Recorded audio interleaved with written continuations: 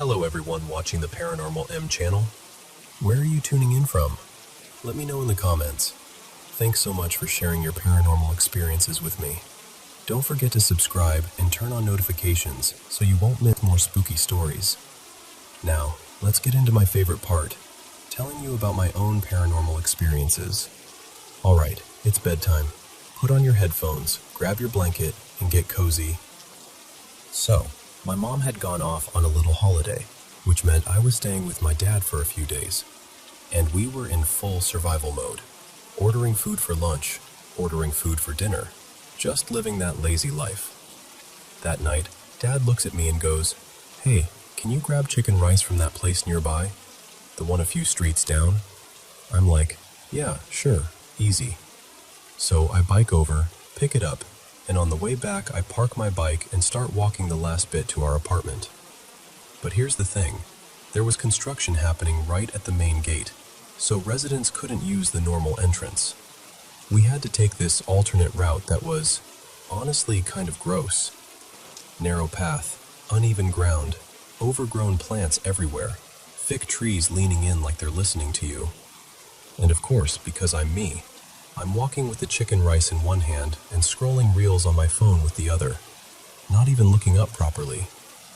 Then I hear it. This rustling, right in the bushes beside the path.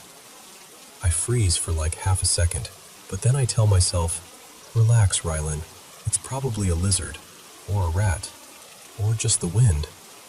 Something small, something normal." So I keep going. I reach the apartment gate. Just a basic metal gate, nothing fancy. And I unlatch it, step inside, and hook it back behind me like usual.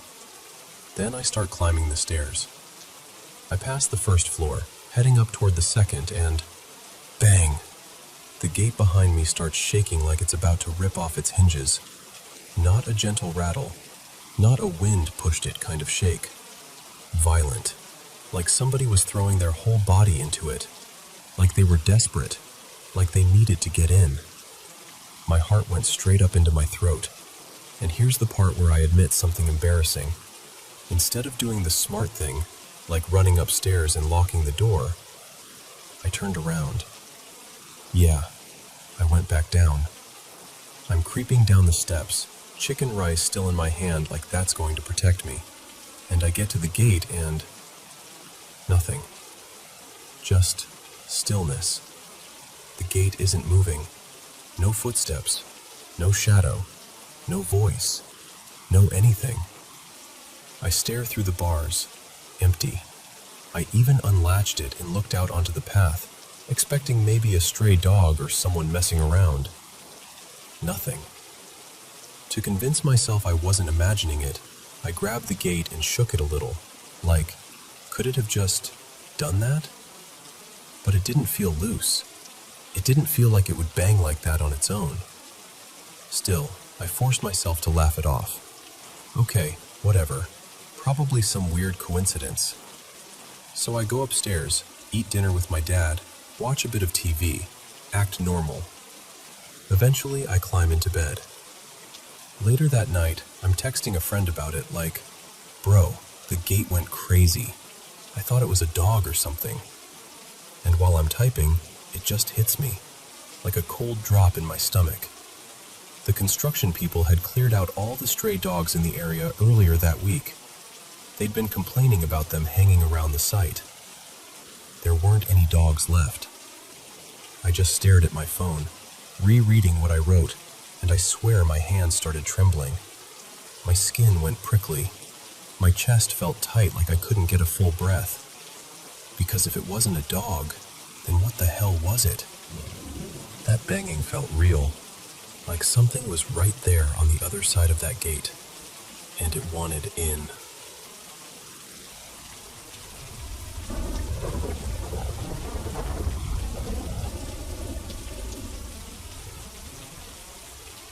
So I've kind of grown up with the feeling that my house isn't just our house, you know? Like, there's always been something else around. Not constantly in your face, but enough that you learn what it feels like when the air shifts a little. My mom's the main magnet, honestly. She's had weird paranormal stuff happen to her whole life, so if anything in our house is going to reach out to someone, it's her. Me? I try really hard to pretend I don't notice anything. I'm fine with spooky stories anywhere else, but in my own home? No thanks. If I'm heading down to the basement at night to switch the laundry or grab something from storage, I'm suddenly the biggest believer in speed walking and not looking over my shoulder. I think I've trained myself to block a lot of it out, which is why it really gets to me when something breaks through anyway. Like this one night, more recent, my parents and I were all home. I was in the kitchen rinsing a plate, and my mom was in the living room, just around the corner. My dad walks out of the kitchen toward her, and he calls out her name like, "Hey, Mom," trying to get her attention. And I swear to you, I hear my mom's voice answer from the hallway, right between the kitchen and the living room. This drawn-out, playful, kind of teasing, "Yeah?" Like the silly little tone she uses when she's being dramatic. Except, she wasn't being dramatic. Because immediately after, my actual mom responds from the living room, and she's irritated, like, "What?" in this sharp, annoyed tone, like my dad's bothering her. And I just froze. My stomach dropped. I turned and went, "Dad, did you hear that?" And he just looked at me like I had grown a second head. Nothing. Only me. That exact spot in the hallway, same place, was involved again a few days later. My mom told me she heard my voice call out for her, really urgent. Like, "Mom!" Drawn out and stressed, like I needed help right that second. And here's the thing, I wasn't even home. I was at the gym across town. She said she genuinely thought I'd come home early and rushed upstairs, like I'd maybe gotten hurt or something. She called me immediately, actually panicked, just to make sure I was okay. Because with her, it's not just, "Oh, that's creepy." She's the kind of person who believes she can sense things before they happen, or feel when someone's in trouble. So for her to hear that kind of urgent call, it wasn't just unsettling, it felt like a warning. And it made the whole thing even worse, because it didn't feel random. It felt intentional. This isn't even new either. Years ago, again right near that hallway, I was in my room alone. No TV on, no music, nothing. Just quiet. And I hear my great-aunt's voice clear as day, right behind my bedroom door, like she was standing there. She had passed away not long before that, and she had this really distinct, warm little twang, like nobody else in my family. And she goes, "Hi, Rena." Not my exact name, just close enough that it still hit me like ice water. I got full-body chills, like that cold rush up your spine. I didn't even think. I just bolted out of my room and practically sprinted into my parents' bedroom like, okay, no, absolutely not. I just heard her. I just heard her voice. And it's not only voices. Sometimes it's the sounds, like someone doing something very physical. One time, we were all in the kitchen, me, my mom, my dad, just talking. And we hear this loud dragging sound from the dining room. Not one chair, not a little scrape. It sounded like every single heavy dining chair was being pulled out across the hardwood floor, one after another. This long, solid, unmistakable screech of wood moving. We all stopped mid-sentence and just stared at each other, wide-eyed, like, "Are you hearing this too?" And when it finally stopped, we walked into the dining room together, like a little scared parade, and every chair was pulled out. All of them. Like someone had just gotten up from a very chaotic family dinner. But nobody had been in there. No pets, no draft strong enough to do that. And we'd heard the whole thing. We also hear the front door a lot, like the sound of it opening and shutting when nobody's coming in. Sometimes it's faint. Sometimes it's loud enough that you automatically look up like, oh, someone's home. And then, nothing. There's honestly so much more. My mom has seen things that I'm grateful I haven't. But we've kind of fallen into this weird routine where we either ignore it or we'll say out loud, stop. Seriously, stop. Like you're scolding a misbehaving cat you can't see. And lately, the activity feels a little more frequent, a little louder, like it's testing how much we'll react. I'm just really hoping this little spike doesn't keep going, because I can handle a lot, but I don't want to live in a house where the hallway answers you back in your mom's voice when your mom didn't say a word.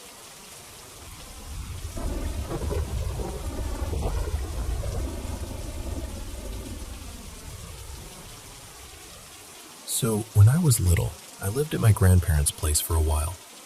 It was one of those older houses that looks totally normal in the daylight. Family photos, creaky stairs, the smell of tea and laundry. And then the second the sun went down, the whole place felt like it had a pulse of its own. And it wasn't just me being a kid with an imagination. Anyone who stayed over said the same thing. The air felt off, like you were sharing the space with something you couldn't see, and it didn't want you getting too comfortable. My mom and her siblings grew up there, and every single one of them had at least one, nope, absolutely not, kind of experience. But there's one night I still can't make sense of, no matter how many times I've tried to replay it. I was around 10, give or take. My cousins and I were all upstairs, doing that late evening kid thing where you're supposed to be winding down, but really you're chasing each other around and whisper screaming and trying not to get caught.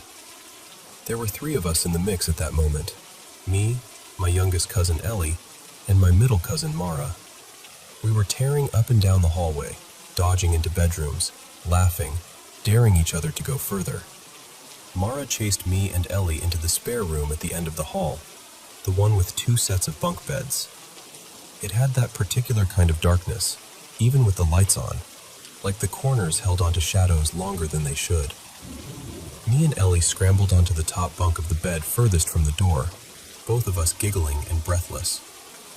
And then Mara, still laughing, ran back out of the room, flicked the light off, and shut the door behind her. At first, it was just the usual panic, like, oh my God, she's going to get in trouble. We're going to get in trouble. That kind of thing. But then, it changed.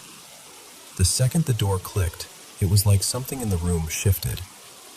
Ellie and I didn't just feel scared because it was dark. We felt terror. Instant. Total. Like our bodies knew something our brains hadn't caught up with yet. We grabbed each other and started screaming. These horrible, raw animal sounds. Not even kid being dramatic screams. Like the kind you make when you're genuinely convinced something is about to happen to you. And the weirdest part was, even while I was screaming, a part of my mind kept thinking, we're going to get told off. Someone will be up here in 2 seconds. Mom will shout. Grandpa will stomp up the stairs. Someone will come. Because our parents were downstairs, and they were strict about noise. You didn't get away with much in that house. But nobody came. We screamed for what felt like forever. If I had to put a number on it now, I'd say at least 15 minutes, maybe more. We didn't stop, not once. We were clinging to each other, shaking, our throats burning, and it was just nothing. No footsteps. No, "Oi, quiet!" No one even calling up the stairs asking what the hell we were doing. Eventually, Ellie, still sobbing, said she was going to try to get to the light. The switch was near the door, and there was another bunk bed closer to it. She said if she could jump from our bed to the nearer one, she might be able to reach the wall and feel her way to the switch. I remember her whispering it like she was planning an escape, like the floor was lava and the dark was alive. She counted herself in, just this tiny, shaky breath, and then she jumped. Not like someone turned the lamp on. Not like a car passed outside. Not like the glow of a hallway light. It was a flash. White blue, sharp, huge. Like lightning went off inside the bedroom. It filled the whole space. I could see the outlines of the bunk bed frames, the dresser, the curtains, like someone took a photo with a blinding flash right in our faces. Ellie shrieked and launched herself back onto the bunk with me, like she'd been burned. She was crying so hard she couldn't breathe properly, and I was right there with her, screaming again, both of us in complete meltdown. And here's the part that still messes with me. It was pitch black outside. No rain, no storm, no thunder, no distant lightning. Nothing. And it wasn't someone flicking the room light on, because it was way too bright, way too sudden, and we were alone in there. We kept trying to be heard. It felt like the house had swallowed our sound. Eventually, after what had to be close to half an hour, something in us just snapped into survival mode. Still shaking, we forced ourselves off the bunk, held hands so tight it hurt, and stumbled through the dark to the door. We yanked it open and sprinted downstairs like we were being chased. And when we got to the living room, it was almost peaceful. My parents, my grandparents, and my oldest cousin were all sitting there, watching TV. Not loud, not chaotic, just the television on low volume, everyone relaxed, like nothing at all had happened. Ellie and I burst in, crying and babbling and trying to speak over each other. "Didn't you hear us? We were screaming, why didn't you come up? Didn't you hear anything?" And this is the moment that still turns my stomach. They looked at us like they didn't recognize us. Not in a dramatic horror movie way, more like their brains genuinely lagged, like they were staring at two strangers who'd run into their house. It only lasted a couple of seconds, but it was long enough to make my skin go cold. Then it was like the recognition clicked into place. My mom blinked, sort of frowned, and just said, completely honestly, "No, we didn't hear anything." And she wasn't brushing it off. She wasn't being mean. She looked confused, like she truly didn't understand why we were so worked up. Then she turned back to the TV. Everyone did. Like our panic was a weird interruption, but not something that needed solving. For years, I didn't talk about it. I think part of me was afraid that if I tried to explain it out loud, it would sound ridiculous, even though I can still feel that fear in my body when I remember it. But last summer, I finally brought it up to Ellie, kind of cautiously, like, "Do you remember that one night at Nan and Granddad's? The spare room?" And she went quiet and said, "Yes, I remember." She remembered the screaming, the flash, the silence downstairs, all of it. So I don't really know what it was. I don't have a neat explanation that makes everything sit comfortably. All I know is this. For a stretch of time in that room, it felt like we were trapped in a pocket where our voices didn't travel, where the usual rules of the house didn't apply, and something else, something we couldn't see, had stepped in close enough to touch the edges of our world. And even now, if I picture that spare room, I can still feel it. That moment the door clicked shut, and the way the dark suddenly didn't feel empty anymore.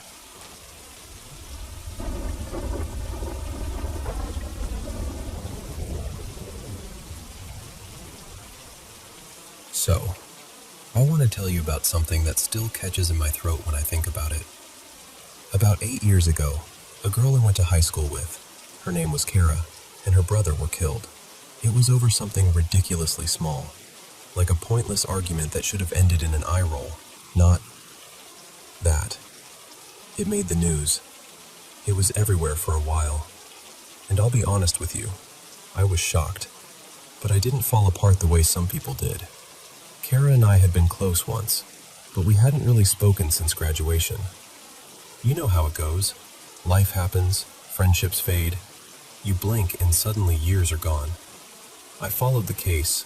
They arrested someone pretty quickly, and I watched from a distance.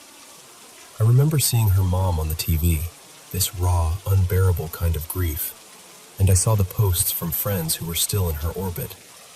It was sad, absolutely, but I kept living. I didn't feel wrecked by it in the way I thought I should. After that, Kara would show up in my dreams sometimes, but honestly, so did other people from school. Random faces from the past, like my brain was flipping through an old yearbook for no reason. Then about a year ago, I had this dream that started out totally ordinary, messy, nonsensical, dream logic stuff. In the dream, I was back at this job I'd been laid off from the year before. I was walking around the building, talking to random coworkers, like nothing had ever changed. It felt routine, almost boring. And the whole time, there was someone with me. I didn't even question it. That's the weird thing about dreams. You just accept the impossible like it's normal. I can't even remember who I thought it was at first, but I knew I wasn't alone. At some point, the someone sort of became clear. Like the dream finally decided to render the character properly. And it was Kara. She wasn't talking. She was just there, walking beside me like she belonged there, like she'd always been there. And the feeling in the dream, this is hard to explain, was good. Not happy exactly, but warm, safe. Like the air itself was softer. We headed toward the exit together. At that old job, the place was fenced in, and you needed a badge to get through the gate. So we're walking toward the gate, side by side, and it feels like we're just leaving at the end of a normal day. And then, right as we reached it, something shifted. The dream snapped into focus. Suddenly, I knew I was dreaming. It became lucid in this clean, startling way, like somebody turned on a light in a dark room. I stopped at the gate and turned to her, and I remember speaking so clearly, like I meant every word with my whole chest. I said, "I really hope you're real, because a lot of people miss you." And Kara, she did this small thing, like she got shy. She looked down and a little to the side, like she didn't want to make a big deal out of it. And she gave this tiny chuckle, almost like she was trying to keep it gentle for me. Then she said, "I am real." And the second she said it, I woke up. Instantly, like the dream cut off mid-sentence, and suddenly I was in my bed with my eyes open and my chest caving in. And I started sobbing. Not like a quiet tear situation. I mean sobbing. That kind where your face hurts and your breathing gets messy, and you can't stop it even if you want to. Even telling my family about it, I couldn't get through the story without breaking. It felt profound and confusing and too big for what it should have been. I couldn't even label the emotion. Was I sad? Was I relieved? Was I comforted?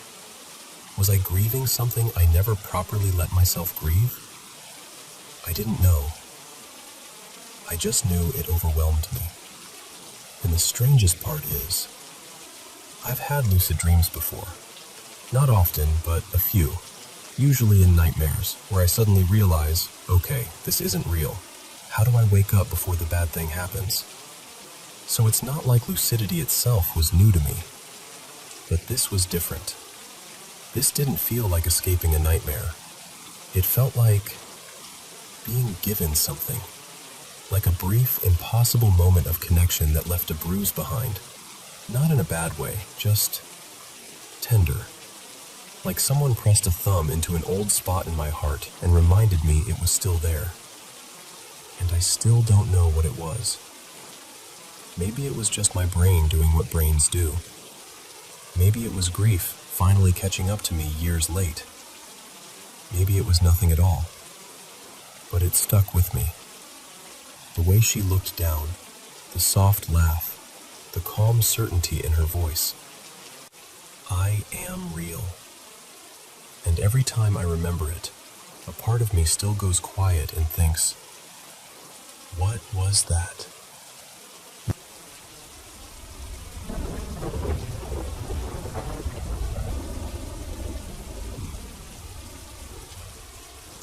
So, when I was about 6, my family moved into my mom's childhood house, the one she always talked about like it had its own personality.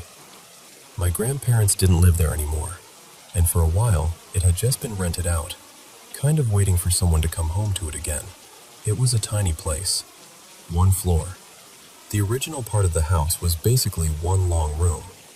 Like, if you took 3 big steps across, you were already at the other wall, and if you walked straight through it, it was maybe 10 long steps end to end. Later, because we were a family of 5, they added 2 small bedrooms onto the right side. So that long original room became our living room and kitchen all together, all in one stretch. One of the bedrooms, the first one, had this window that was maybe waist to chest high. And because the house was so small, you could see that window even from the living room. From there, you could look right into the backyard. And right in front of that window, there was a bed. Now, my grandma, Lola Mira, she always said she could see things. Like, she didn't call it spooky. She talked about it like it was just another sense, like hearing or taste. When she babysat us, she'd tell stories in this calm, matter-of-fact way that made it feel less like a ghost story and more like a warning you should respect.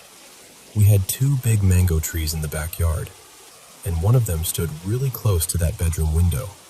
Lola Mira would point out toward it and tell us, "Someone lives there. He's kind. That's his home. He watches the yard. And in exchange for staying there, he also protects this house. So don't bother him." And look, our parents would roll their eyes and tell us not to listen, that it was just Grandma being dramatic or imagining things. But me and my sister, we believed her. Not even because we wanted to, more like it felt true.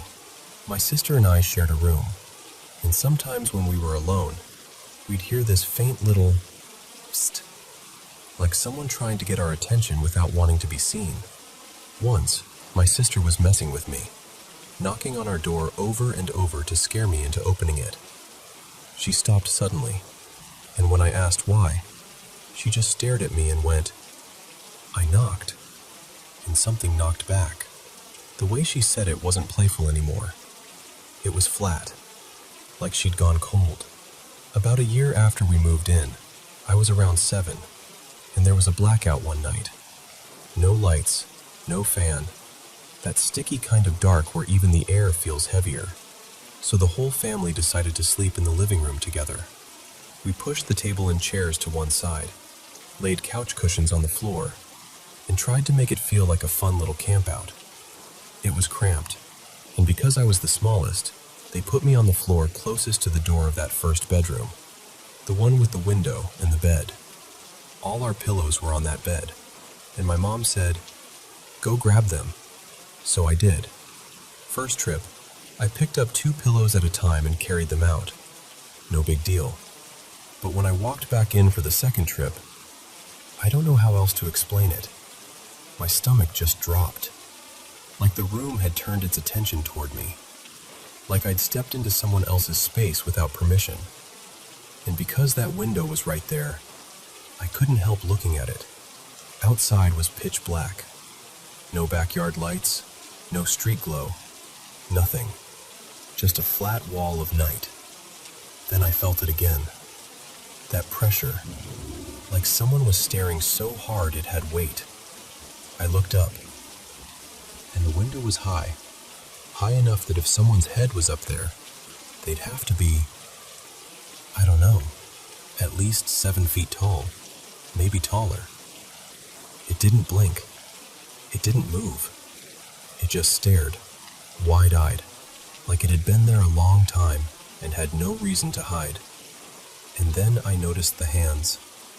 Fingers curled over the edge of the window frame, like it was holding itself there, steady, patient. My whole body locked up. I couldn't even breathe right. I whispered, "There's someone there." And I grabbed my sister's arm and pointed so hard my finger hurt. She looked at the window, then looked back at me like I was being weird. "Where?" she said. "There's nobody. Hurry up, just get the pillows." And I swear to you, I blinked like a person waking up from a nightmare, and it was still there. So I didn't argue. I just grabbed the pillows as fast as I could without dropping them, and walked back out like my legs were made of rubber. Even later, when I was lying down in the living room, facing toward that bedroom door, I could still see it through the window's shape in my memory, like the image had burned into my brain. But the strangest part is, deep down, I didn't feel like it was evil. Scary, yes, terrifying, but not cruel. Because years later, a huge storm came through and knocked down those mango trees. One of them was old and massive, and it leaned toward our house so much that everyone was sure it was going to smash the roof if it fell. But that night, when it finally toppled, there was no crash that woke us. No cracking wood, no shaking walls, nothing. We slept. And in the morning, we found the tree down, resting against the stone fence away from the house, like it had been guided, placed there gently instead of thrown by the wind. And I remember standing there thinking, maybe Lola Mira was right the whole time.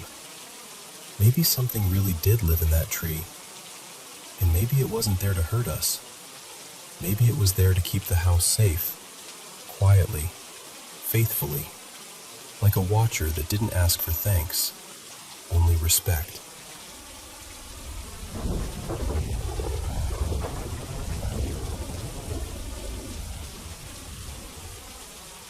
So, let me tell you about this night on Cape Cod that still sticks to me like salt on skin. I was a kid, early teens maybe, and I stayed over at my buddy Eli's family place. I lived on the Cape back then too, but this house was in a different town, tucked right on the water near Buzzards Bay. It was one of those genuinely old coastal mansions, weathered shingles, long history, the kind of place that feels like it remembers every person who ever walked through it. I think it dated back to the 1700s, or at least it felt that old. And the vibe was strong. Like, imagine a house that makes you want to whisper automatically, even when nobody's asleep. Everything had that heavy, antique presence. Old fixtures, thick wooden floors, furniture that looked too serious to sit on, and paintings everywhere. Mostly portraits. People in old-fashioned clothes with these strange proportions. Faces tilted the wrong way, shoulders sitting just a little too high. Like the artist had been trying to paint humans from memory after hearing them described secondhand.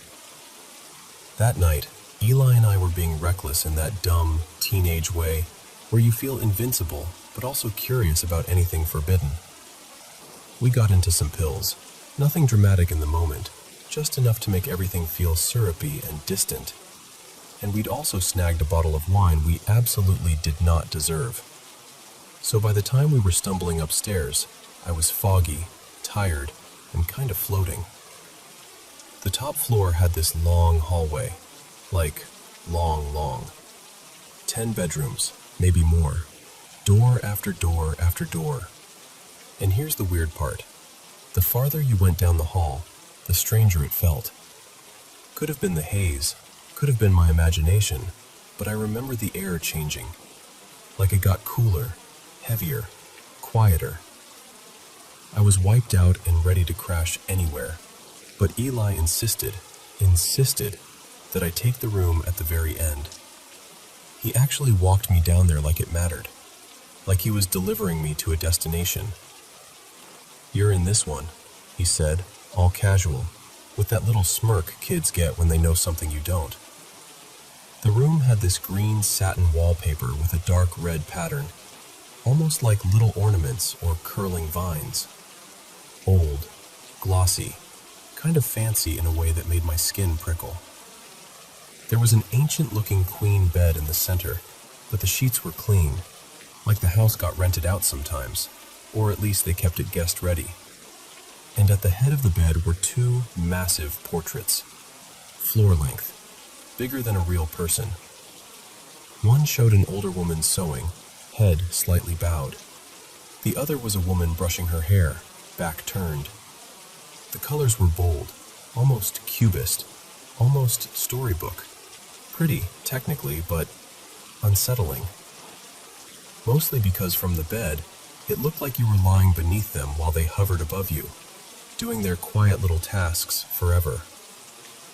I crashed almost immediately, fully clothed on top of the covers, just out. And then I woke up just as fast. Pitch dark inside, but outside it was a bright night, moonlight and stars. One big window cast this pale rectangle on the floor. Everything else was shadow. For a second I had that awful feeling of waking up somewhere unfamiliar and not remembering why you're there. That disoriented, hollow drop in the stomach. I sat up, trying to get my bearings, thinking, where's the bathroom? Which door even leads out? And that's when I saw something move in the corner of my eye. I turned my head, and I swear to you, I saw fabric. Not like a curtain shifting, not like a trick of light. It looked like a ribbon, gold and green, unfurling slowly from the wall. Alive in a way that didn't feel metaphorical. The women in the paintings were moving. Not a blur, not my eyes playing games. Moving like animation. Like their arms and shoulders and hair had motion to them. Like the brush strokes had become muscles. Their ornate clothing, these rich, old-world robes, was flowing, and the fabric was extending beyond the frames like it had weight and air in it, like it was spilling into the room. Their eyes looked wild, locked onto something. Maybe me, maybe the room itself. Their mouths were moving too, fast and excited, like they were talking over each other. But there was no sound. None. Just the sight of it. And the strangest part? I couldn't look away. I felt like if I broke eye contact, if I turned my head even a little, something bad would happen. Not like a jump scare. More like I would miss the moment I was supposed to understand. Like they wanted me to witness it, and it would be a mistake to refuse. So I stayed there, sitting up in bed, frozen, staring at these two enormous, moving women, while the moonlight made a rectangle on the floor. I remember the hair on my arms standing straight up. I remember my throat feeling tight, like I couldn't swallow. Eventually, somehow, I drifted back to sleep.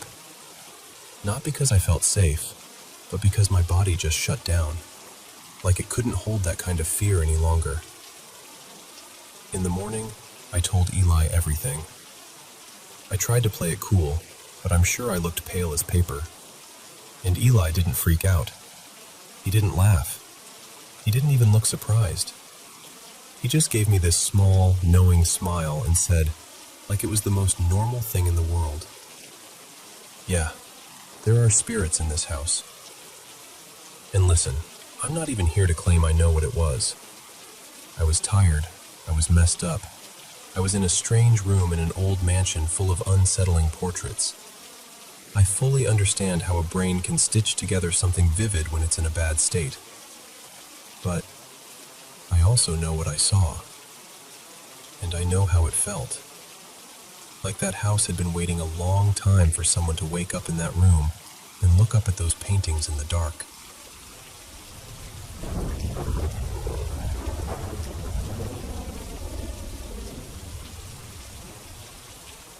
So let me set this up the way it really felt. Back then, my best friend Jace and I, sometimes my sister too, had this spot we treated like our own little lookout. It was up on a hill in this trailer park, where you could see a basketball court down below, and the whole place was quiet in that late-night way where even the air feels thin. Right by us was the entrance to a water treatment facility. Nothing fancy, just this heavy concrete hatch, like a big square slab, maybe 8 feet by 8 feet. Two metal exhaust pipes stuck up out of it, about waist high, and they were weirdly perfect for sitting on. We'd perch there for hours and talk about everything and nothing, night after night, like that spot was the only place in the world that made sense. Anyway, this one night, more like early morning, it's around 2 or 3. The kind of time where you're tired but also wired, you know? We'd been messing around with stuff we definitely shouldn't have been doing. Nothing I'm proud of, but that's where we were in life. And there was this thing on the radio about an escaped convict somewhere nearby. I remember that part so clearly, because the whole night already had this uneasy charge to it. Then we start seeing helicopters sweeping over the fields in the distance, those big, slow loops, like they were combing the dark. The lights would skim across patches of ground and disappear again. So we're sitting there watching all that, kind of talking in half sentences, and I just happened to look over, down toward this small playground wedged between 2 trailers. Just a little set of swings and one of those plastic slides. Barely anything. And that's when I see it. At first, my brain tries to make it normal. It looks like, I don't know, like a pale animal. For a split second, I think, a cat? Something small and white moving around. But then it changes. Not shape exactly. More like it closes the distance so fast that my brain can't keep up with how wrong it is. It's coming toward me, straight toward me, and it's big. Bigger than it should be if it was what I first thought. And the way it moved. God. The way it moved wasn't like a blurry trick of light. It wasn't like, oh, I must have imagined that. It was too clear, too intentional. I watched it launch. I watched this white thing leap at me. And I swear to you, I have been through real pain in my life. Burns, cuts, fights, heartbreak, all of it. But I have never screamed like I screamed in that moment. It was like my whole body gave up. Like something deep inside me just folded and said, "This is it, you're done." 1 second it's flying at me, and the next, it's gone. Just gone. Like it evaporated. Like it had never been there at all. And I'm sitting on that pipe, shaking so hard my teeth are rattling. I'm trying to breathe, but I'm doing that ugly gasping thing, like I can't get enough air. My hands feel numb. Everything in me is trembling. Jace is staring at me like he's never seen me before. His eyes are huge. He doesn't even know what to ask first. And all I can manage to say is, "You need to go home. Right now. I need to get inside." And then, because it felt important, because I needed at least one thing to be solid, I told him, "I'm not guessing. I'm not exaggerating. I saw it. Whatever that was, I saw it." But here's the problem. It doesn't feel like a dream. It doesn't feel like a fuzzy memory. It feels like a clean, sharp moment that got stamped into me. Long and lucid. Too real to shrug off. So I started looking into it. Paranormal stuff, weird encounters, anything that could match what I experienced. And honestly, I don't have an answer. I'm still stuck with this thing where part of me wants to explain it away, and the other part of me, the part that remembers the exact way my body reacted, knows I didn't just make it up. And I hate that I can't name it. I hate that I can't file it under anything familiar. All I know is, that night on the hill, with the helicopters circling and the playground sitting quiet between the trailers, something white ran at me like it meant it. And then it disappeared like it never existed at all.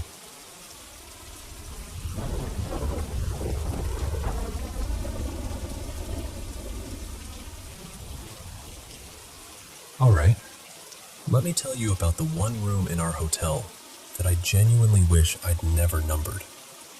It's room 208. Second floor, nothing special on paper.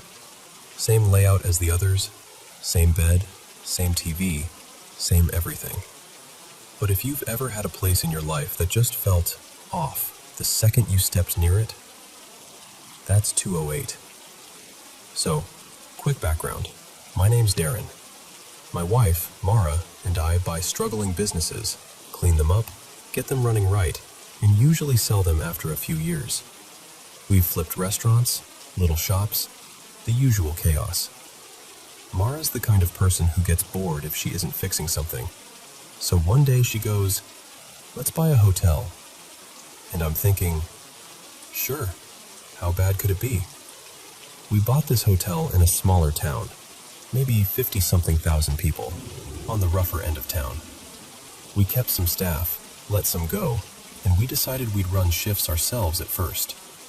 Mara took mornings, I took nights. We installed cameras, updated rooms, patched drywall, repainted.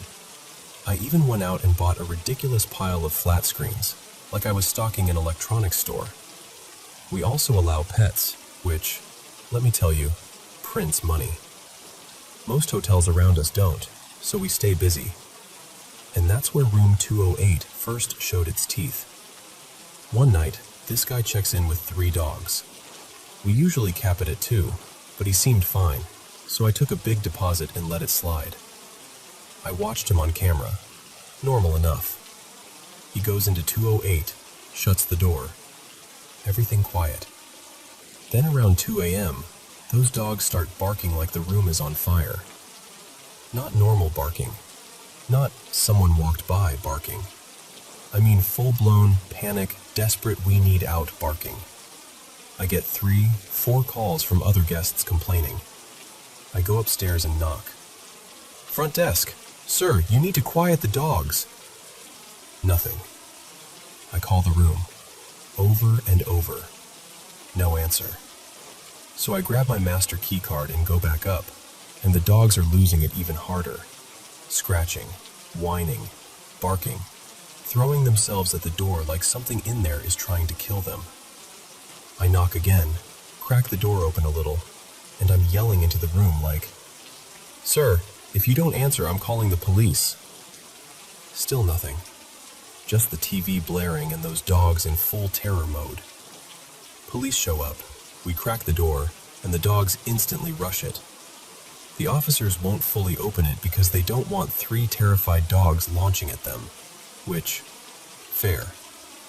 So they tell me, "We'll wait for animal control in the morning." Apparently animal control in this town clocks in at 8 a.m. sharp, like the dogs scheduled their emergency.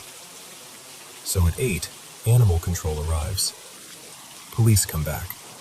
They open the door and, listen, those dogs explode out of that room like a damn cartoon.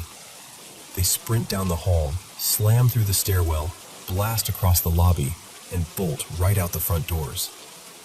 I have never seen animals behave like that in my life. It was pure survival instinct, like they were getting away from a predator. We go into 208. No person, no guy, no owner, nobody. Animal control takes the dogs. The guy never comes back. We call him, charge his card for the damage, and later it turns into a whole court mess because the room was, I'll just say it was horrific. Bodily fluids, destruction, the kind of mess that takes days and makes grown adults gag. Here's the part that started the pattern. When we were still cleaning the room, fans running, window cracked, no bedding, mattress half moved, one of our newer desk staff accidentally rented out 208 to a guest. And I'm like, "Why would you give them that room?" She goes, "The computer said it was clean." I'm talking, no matter what I do, the software insists 208 is clean and ready, like it's arguing with me. I call the software company. They can't figure it out either. And then we notice something even creepier. The system will not let us successfully mark 208 as occupied unless someone is actually in there. It's like the room only accepts certain people. We finally finish repairs, put a guest in there. 3 hours later, he calls down and asks to switch rooms. I say, "What's wrong?" He pauses and goes, "Nothing's wrong. It just feels weird." That's it. That's all he'll say. And then it keeps happening. Over the next month, we get complaint after complaint from 208. People don't always say haunted or ghost. It's always the same vague language. It feels wrong. It feels heavy. It feels like someone's there. And pets? Pets are the worst. Anytime we tried to place animals in 208, they'd freak out, whining, refusing to enter, yanking on leashes, some barking at the closet door like they saw something move. Now, here's where it gets truly bizarre. A woman checks in one night. This was a few days before I finally gave up on the room for good. The system, of course, offers up 208 like it's proud of itself. She takes it, signs the paperwork, goes upstairs. When I come in for my night shift, she's not in her room. She's sitting in the lobby, on our couch, just staring. From about 11 p.m. to 1 a.m., she doesn't move much. So I go over and I'm polite, because that's my job. "Ma'am, is everything okay? Is the room not comfortable? Too cold? Too hot?" I even crack a joke about the mattress being expensive, like, "Please, enjoy it. I paid enough for it." She looks at me and says, real calm, "It's too loud in there." And I'm like, "Too loud? Is someone else in the room?" She says, "No." So I ask her name. She gives me one. I check the reservation and it's under a different name. Now I'm confused, so I ask if she knows the name on the room. She goes, "Yes," and says it, correctly. And then she admits she used a friend's ID to check in, which is a huge no-no, like major. So I call 208.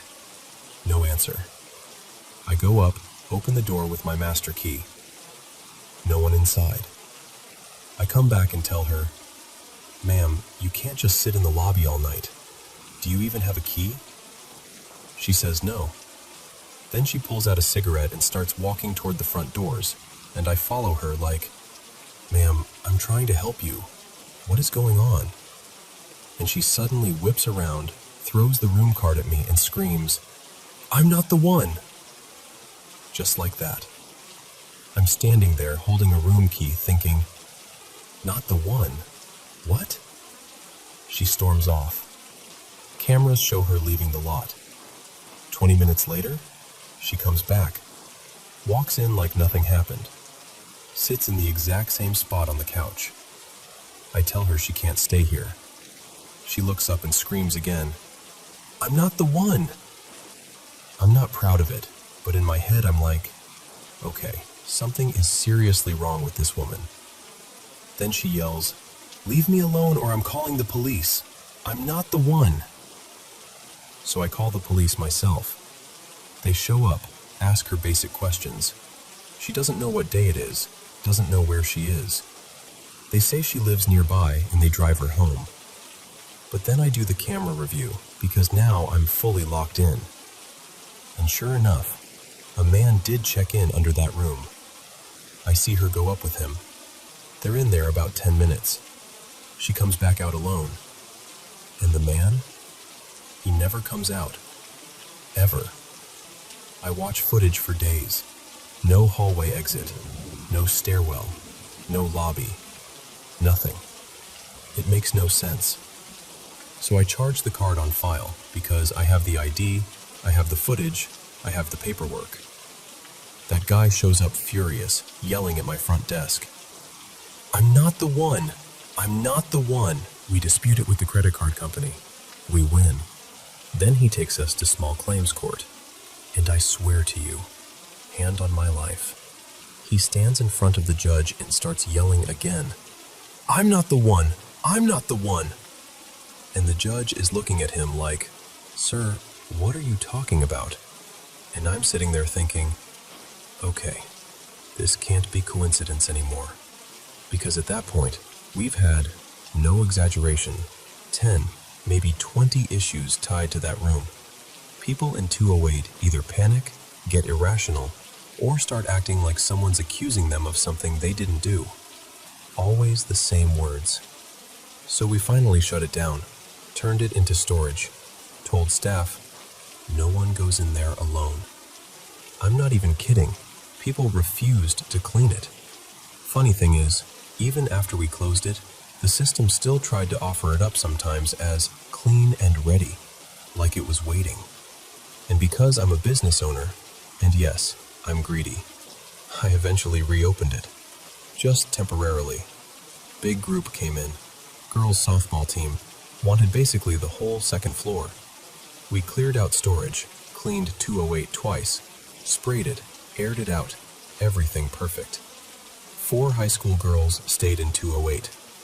I waited an hour after check-in. Everything seemed fine. I went to lie down. Then the police station calls us and says, someone from your hotel dialed 911, whispered, and hung up. I check our phone system logs. Room 208. I call the girls.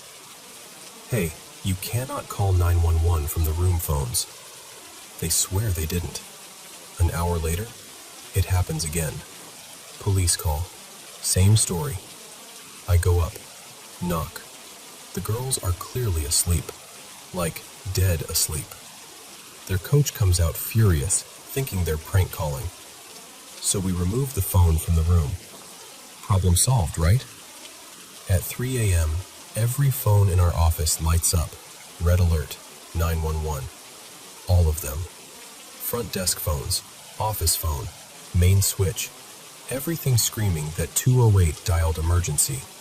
But there is no phone in 208 anymore. I hard reset the system until it finally shuts up. Then at 5 a.m., we're starting breakfast early because it's a packed house and teens eat like wolves. Fire alarm goes off. Level 1, the mild kind. Usually smoke from cooking. We check. No smoke. 10 minutes later, another level 1. I check the panel. Room 208. Again, no smoke. No smell. Our smoke detection device shows negative. Nothing. They check out. Room gets cleaned. No issues. Next night, the room is empty. Then we get an alarm. Low water pressure. I'm like, what does that even mean? I go to 208, open the door, and the sprinkler system is blasting water through the room, soaking the carpet, spraying the TV, soaking the coffee maker, everything. Like it picked the one moment nobody was inside and decided to flood itself. We shut it down, vacuum water, close the room again. And I'm telling you all this because even after everything, after rewiring, after ripping up parts of the floor, after fumigating, after turning it into storage, after swearing it off, it doesn't stop. Over the last year, guests started reporting shadows. Not just, I thought I saw something. Specific stuff. Someone standing over them.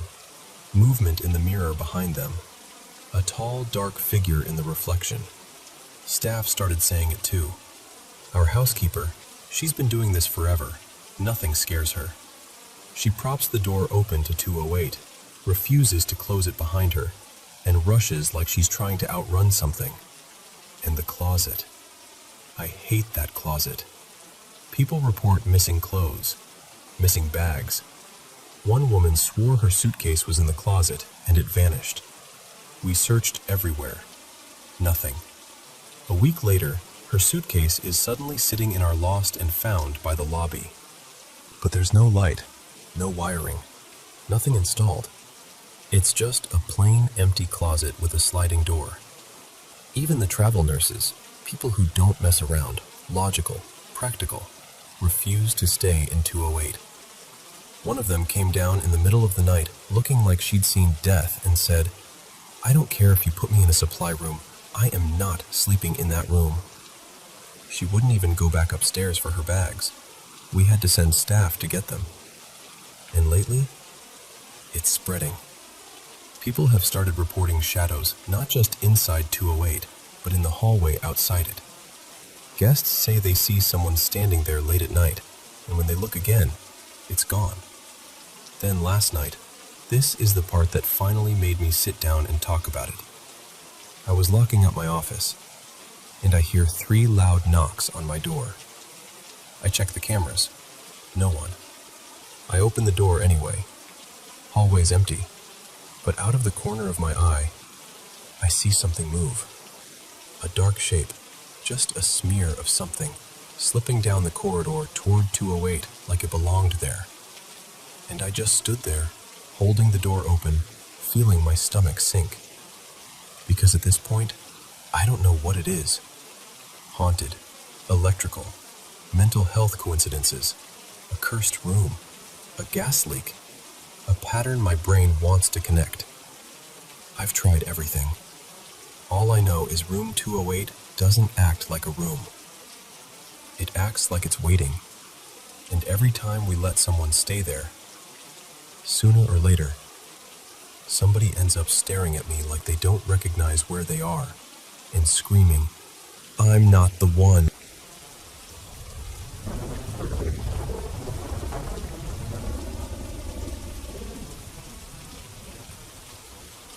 Hey, I wanted to tell you something that's been sitting on my heart since it happened. My cat, his name was Milo, passed away not too long ago. It's been a little over 2 weeks now. I got his ashes back about a week ago, and even though we knew he was getting worse, the way everything unfolded still hit like a surprise. We ended up having to let him go with euthanasia, and I'm not going to lie, that part was brutal. But I keep coming back to one thing that gives me peace. I got to hold him for a long time through the whole process. I got to stay close, whisper to him, and really say goodbye. I'd had Milo for most of my life.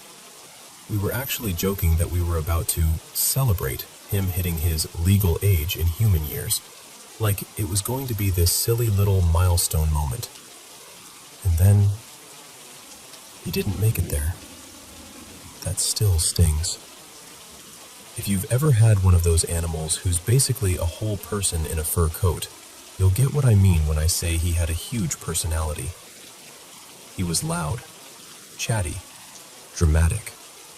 The kind of cat who didn't just exist in a room, he announced himself. Honestly, if you stuffed the soul of a big, goofy dog into a cat's body, that was him. Anyway, this happened just this past weekend, and it was so intense that I still get chills thinking about it. I had family over, and my mom spent the night. And my mom, she's important in this story because besides me, she was the only other person who really took care of Milo. When I went away for college, she was the one feeding him, talking to him, rolling her eyes at his attitude. She knew him almost as well as I did.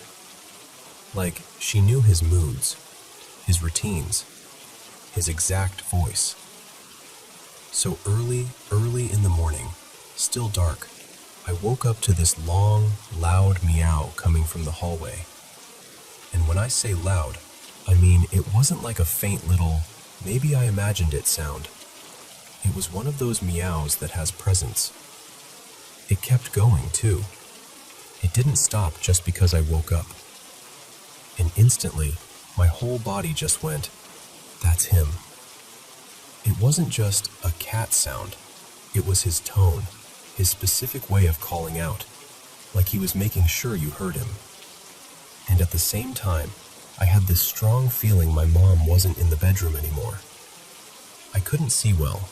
My eyesight is awful, and I didn't have my glasses on. But I could just sense she'd gotten up. And what's weird is, I wasn't scared.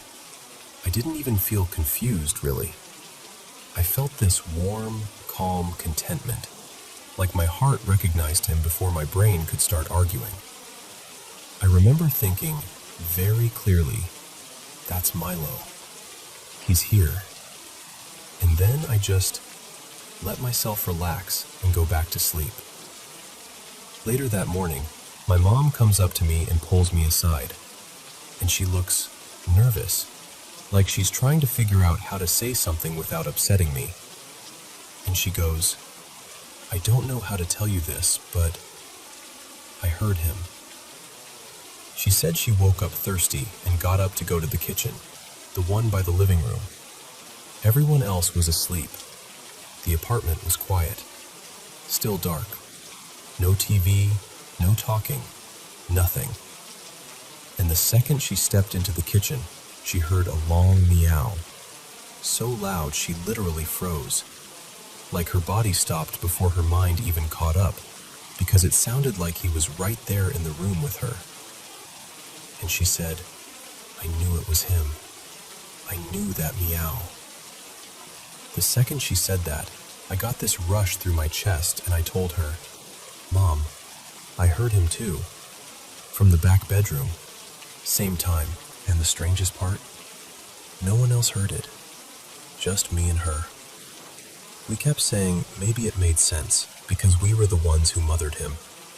We were the ones trained by years of hearing that voice every day. Like maybe love tunes your ears in a certain way. And then it clicked even more. Because the kitchen, that's where his bowls were. And honestly, they still are. After he passed, I made a little space for him, like an ofrenda. Just something gentle and loving. I leave fresh water there, and a bit of kibble, and I change it out. Not because I think he needs it in a literal way, but because it's my way of still caring for him.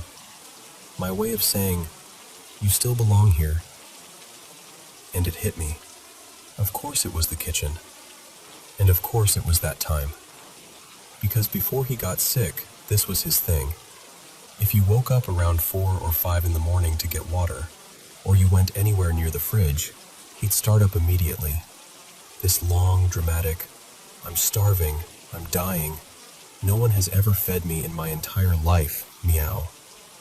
Every single time. Like clockwork. So when we realized the meow happened right there, right then, it was almost funny. In this soft, aching way. Like he was still himself. And for me, that's what made it comforting. Not scary, not spooky, just familiar. Like he was saying, "Hey, I'm okay. And also, where's breakfast?" So yeah, apparently my boy is still a little foodie on the other side, still meowing like he's ready to eat the entire kitchen. And honestly, that's perfectly okay with me. I'll keep his bowls filled here, just in case he still likes to check in.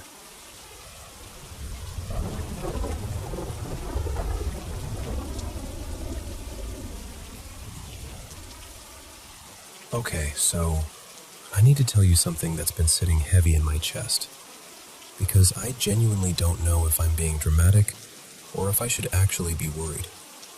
My husband and I, well, Miles and I, moved into this house a little over a year ago. It felt normal at first. Cute even. The kind of place where you start imagining holidays and kids running down the hallway, you know? And then, about a week after we moved in, I heard this sharp bang right by the front door. Not a little pop, like a real, solid knock. I turned my head, and my keys, hanging on this little hook rack we keep by the entry, were swinging in a full circle. Not just swaying, like someone had spun them. And the weirdest part? Nothing else on the rack moved. Not the leash, not the spare lanyard, nothing. There wasn't a draft. The air felt totally still. After that, the house started doing this thing where it couldn't just be quiet. A few weeks later, I heard a crash in the kitchen, loud enough that I thought something major fell. I walked in, and one of the vent covers had popped loose and dropped straight out of the wall onto the floor. Just sitting there like it had been pushed. And here's the detail that still bugs me. That vent is right above our pantry door. Because the pantry door has its own personality, apparently. There are days where I shut it, and it clicks, and I walk away. Then 5 minutes later, it's cracked open again. Sometimes I'll shut it over and over, 6, 7 times, before it finally stays.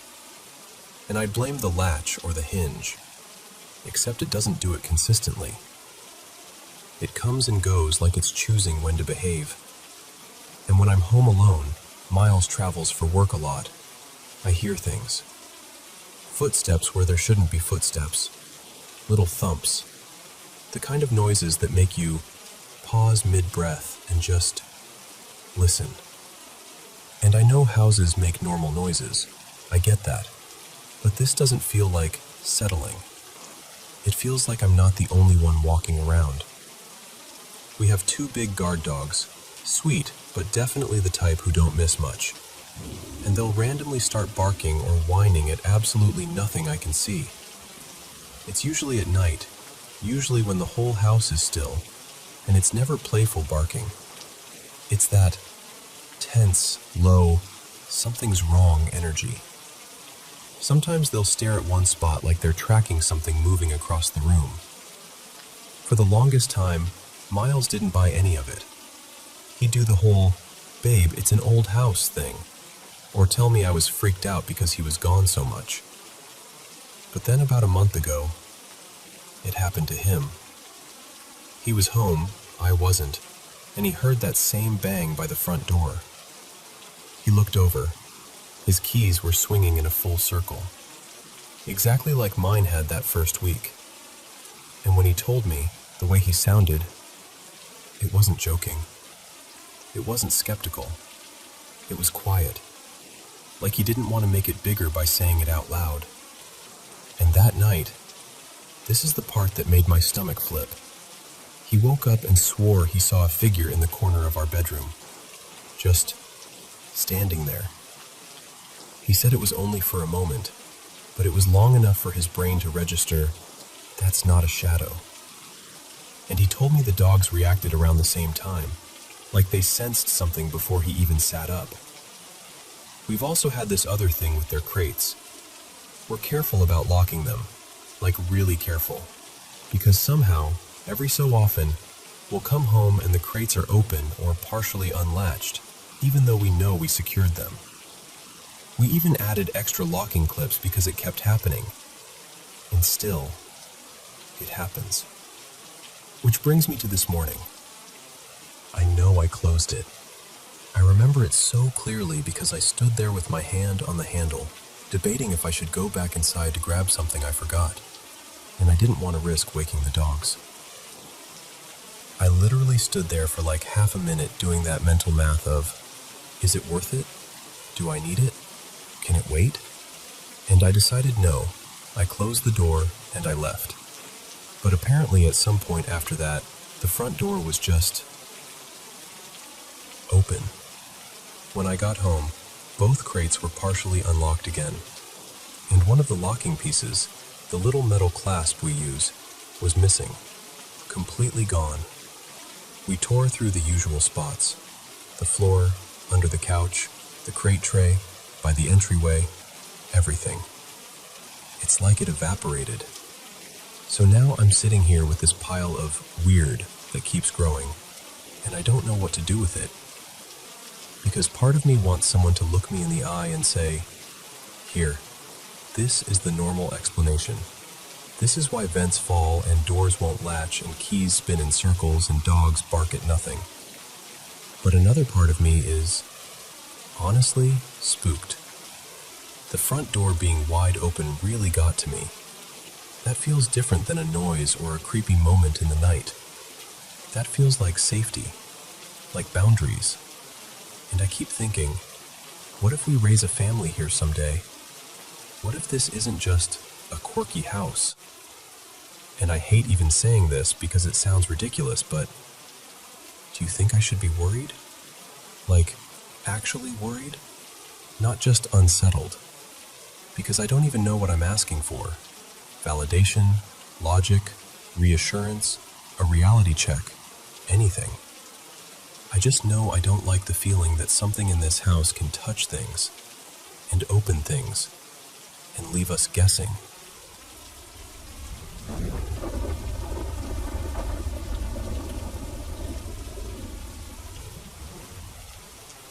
Hey, so this happened a few summers back, and I swear it still clings to me. I was about 13 then, still in middle school, and my house sat right across from the school playground. The school had this huge soccer field too, wide open, no real fence around it, just lights and empty space. It was one of those warm summer nights where the sky doesn't fully feel like night yet. Around 9:30 p.m., my best friend, let's call her Mira, was hanging out with me in the backyard. We were bored in that restless way kids get, and she goes, "Let's go over to the field and run around for a bit." And I know, it sounds harmless. It was harmless. At first. We crossed over like we'd done a million times before. No gates to sneak through, no fence to climb, just grass and that big open field, with a few lampposts glowing in the distance. We started running, laughing, doing stupid sprints like we were training for something important. Mira was having the time of her life. But almost immediately, I got that feeling. You know the one, like your skin knows something your brain hasn't caught up with yet, like you're being watched. I told Mira quietly, "Do you feel that? Like, someone's here?" She rolled her eyes, smiling, and said something like, "You're just spooking yourself. Relax, it's fine." So I tried. I really did. We were out there maybe 10 minutes when I suddenly stopped right in the middle of the field. Mira kept walking, drifting a little farther away, like she was about to loop back around. And that's when I saw it. This shadow, low to the ground at first, moved fast to the left. My friend was walking to the right, nowhere near it. The shape reminded me of a dog, but not in a normal way. It looked wrong. Too big. Its legs seemed too long, like the joints were in places they shouldn't be, like it was trying to be an animal and failing. I stood there, frozen, staring at the spot where it disappeared, waiting for a real explanation to show up, like a stray dog, a person, anything. Nothing did, and that watching feeling got stronger, like the air itself was tightening. A few seconds later, I looked back toward the far edge of the field, and I saw a second shape. This one was taller, a solid black figure, sprinting behind one of the lampposts in the distance. It moved fast, but the movement was wrong again. Too smooth, too unnatural, like it wasn't running the way a person runs. The moment I saw it, my voice came out sharper than I meant it to. "Mira, now, we're going home." She turned, confused. "Why? What happened?" "I'll tell you later," I said, and I didn't even wait for her to agree. I just started walking fast, like if I acted calm, maybe whatever it was wouldn't notice we'd noticed. Near the playground there was this little shed, almost like a storage hut, and I stopped there, pretending I needed to tie my shoe, just so I could look back without making it obvious. And I wish I hadn't looked, because it was there. The exact same tall figure stood in the distance, right around the spot where we'd been standing. And it wasn't standing like a normal person. It looked lifted, like it was balancing in a way that made my stomach drop. Then it shifted, almost like it rose higher, and I realized it was upright, staring straight at us. It was tall, like close to 2 meters. Thin, too thin, but it had this presence that made my body scream danger. Then it started running toward us, not walking, not hesitating, just charging. The distance to my house felt impossible, like the street stretched longer than it ever had. We reached the fence by my yard, and I risked one glance back. It was across the street, under the dim light, stopped now, just watching us. And I swear to you, it looked like it was smiling. We bolted inside. I slammed the front door shut, locked it, then locked it again like that would make it more real, more safe. Mira and I just stood there, gasping, staring at each other like we were trying to confirm we hadn't both lost our minds. Finally, I asked, "You saw it too, right?" And she nodded. No joke, no hesitation, just yes. I didn't tell my family. I couldn't. I already knew what they'd say, that I was tired, that it was dark, that I imagined it. But I know what I felt, and I know what I saw. After that, I went down this rabbit hole online, trying to find anything that matched it. And I ended up reading about these things people describe in whispers, like you're not supposed to say the name out loud. Skinwalkers, mimics, whatever you want to call them. I don't know exactly what it was, but I know it wasn't normal. And even now, years later, I still think about that night way more often than I want to. Sometimes I'll look out toward the field and feel my stomach twist, like my body remembers before my mind does. So yeah, that's what happened. And if you've ever had something like that happen to you, if you've ever seen something that didn't make sense but felt real, I'd honestly like to hear it. Because part of me still wonders if it's out there, or if it was ever really gone.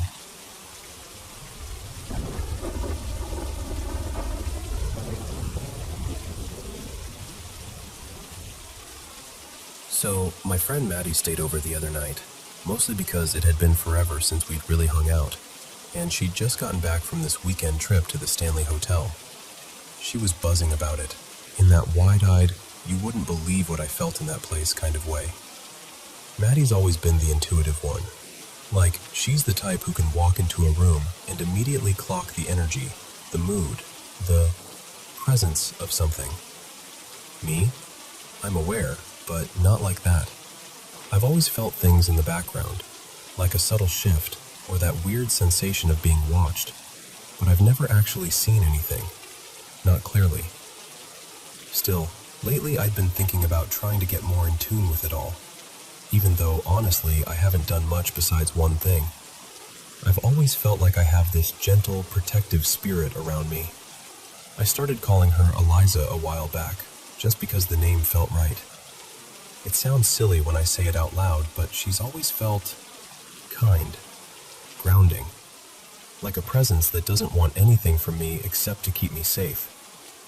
Anyway, after dinner, we got settled in my room, talking for a bit, and eventually the conversation faded out like it always does when you're tired.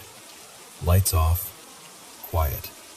That soft, half-asleep feeling creeping in. And then, it happened. I was drifting, right on the edge of sleep, when suddenly this image snapped into my mind so sharply, it didn't feel like a normal dream. It was a man, but wrong. He was upside down against this deep crimson-red background, with this sickly grayish skin and these bright, almost glowing white eyes. No expression, just staring. I swear my whole body jolted. I sat straight up, heart pounding like I'd been startled awake from a nightmare. Except it didn't feel like a nightmare. It felt like I'd seen something I wasn't supposed to. Maddie immediately sat up too. "What?" she asked, already worried, like she could tell something had shifted. And I tried to play it off. I told her, "It's probably nothing. I've had weird, almost dream things before." But even as I said it, I could feel how thin that sounded. My skin was buzzing. The air felt heavy. So we turned on the TV, not even to watch it, just for noise and light.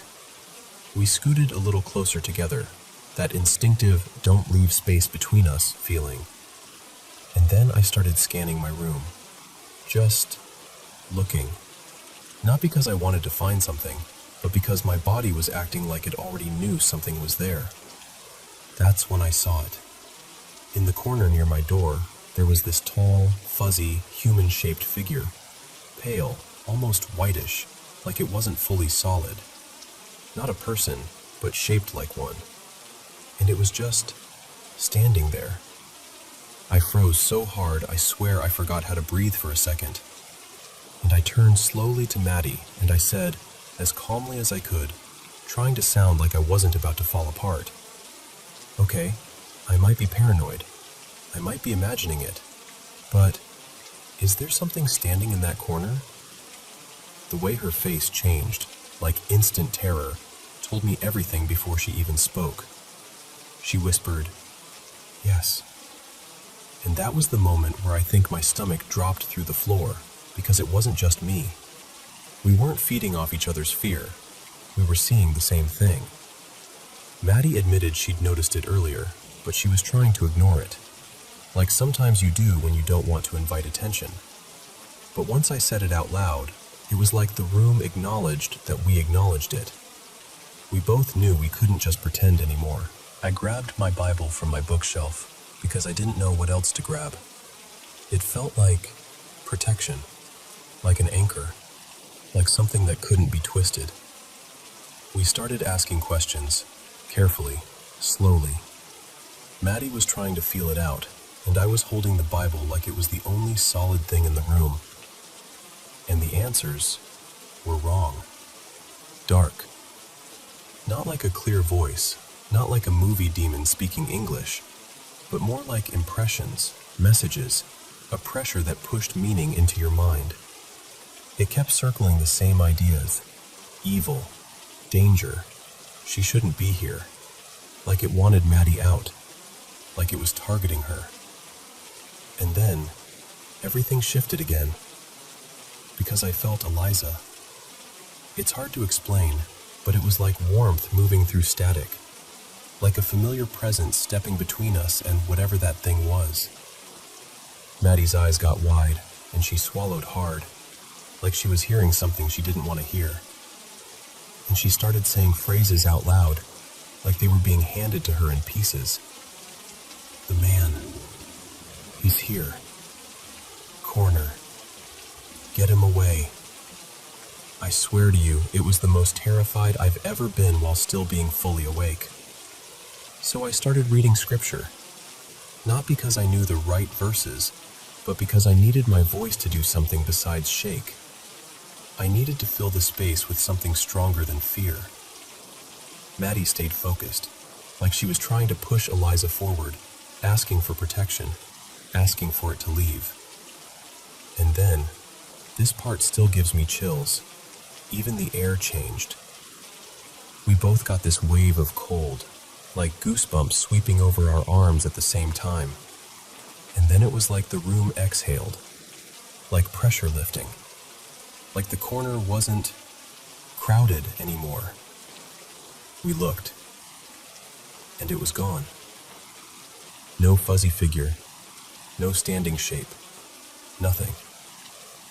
We both just sat there for a second, kind of stunned, like we didn't know what to do next because our bodies were still in survival mode, but the threat wasn't visible anymore. I whispered thank you, out loud, to Eliza. Maddie did too.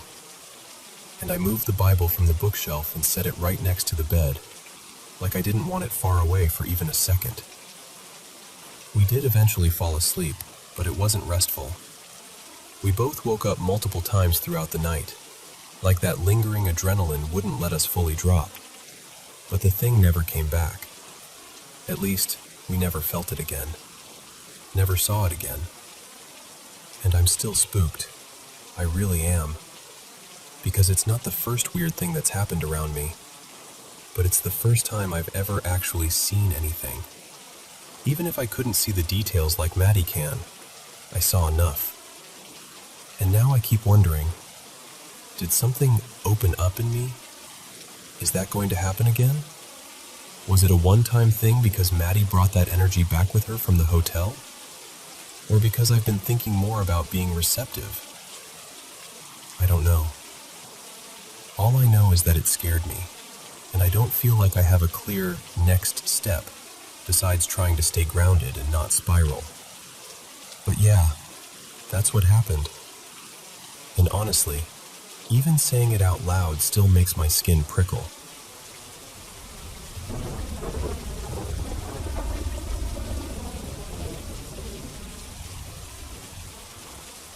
Okay, so we've kind of made peace with the fact that we have a roommate who contributes absolutely nothing to rent. Like, zero. And honestly, most days it's just little audio or visual things. Nothing that makes us feel unsafe. More like really, again, energy. The woman who lived here before us, her name was Marilyn, I think. She passed away in the hospital from cancer. And I know how this sounds, but I swear she never fully left. Every now and then, I'll be in the kitchen, and I'll feel someone brush my back. Or, how do I say this without making it weird? Sometimes it's a very clear, very unmistakable touch on my backside. So I told my partner, Evan, and of course he laughed. He's not the type who goes looking for paranormal stuff, but let's just say he's seen enough here that he doesn't roll his eyes the way he used to. One night, garbage night, we're clearing out the fridge, tossing old leftovers, the whole glamorous routine. Evan suddenly stops and goes, totally serious, "Did you just touch my butt?" And I froze, because both of my hands were wrapped around this huge mixing bowl. I just stared at him and went, "I'm holding a bowl with both hands." Then I added, because I couldn't help myself, "Also, your butt is literally out of my reach right now." And I started laughing. He didn't laugh. He just stood there looking genuinely confused, like something in his brain had finally clicked into place. I honestly think that was the moment he fully accepted. Okay, fine. We live with a ghost. But then the squash thing happened. Evan usually gets home from work before I do. One afternoon, he was feeding our cat, and when he finished, he put these 2 squash we'd bought back where we always kept them, on top of the fridge. He turns to walk away, and then he hears this loud thunk from the dining room. Now, our dining room is connected to the kitchen, like open layout. And the weird part is where the squash landed, because if a squash falls off the fridge, you'd expect it to drop, right by the fridge. This one didn't. It landed several feet away, like it had been tossed. Not rolled, not bounced, not slid, just lobbed. Evan said he stood there for a second doing that silent math people do when they're trying to prove to themselves they're not losing it. When he told me later, I laughed and said, "Maybe our ghost just hates squash." We joked about it for like a week. Then, maybe a couple weeks later, we had squash again, because apparently we don't learn. I was planning dinner and I couldn't find one of them. I checked the counters, the pantry, the fridge, the little rolling cart, even places that made no sense because I was starting to feel mildly insane. Eventually, I gave up and just cooked something else. The next morning, I opened the freezer door to grab meat, and there it was. The missing squash was wedged into the freezer door. And not just sitting there, wedged, like shoved in with purpose. I had to yank at it to get it out. I just stood there holding this icy squash, staring like, what am I even looking at right now? So I called out to my son like, "Okay, be honest, did you do this as a joke?" And he was so sincerely confused he almost looked offended. He swore he hadn't touched it. And because I needed to know I wasn't losing my mind, I tried to recreate it. I took the other squash, the one that hadn't been frozen and was a little smaller, and I tried every angle, every height, every "maybe it bounced just right" scenario. I could not get it to lodge behind that bar in the freezer door. It kept bouncing out and dropping down. Even forcing it in took effort. Here's the funniest part.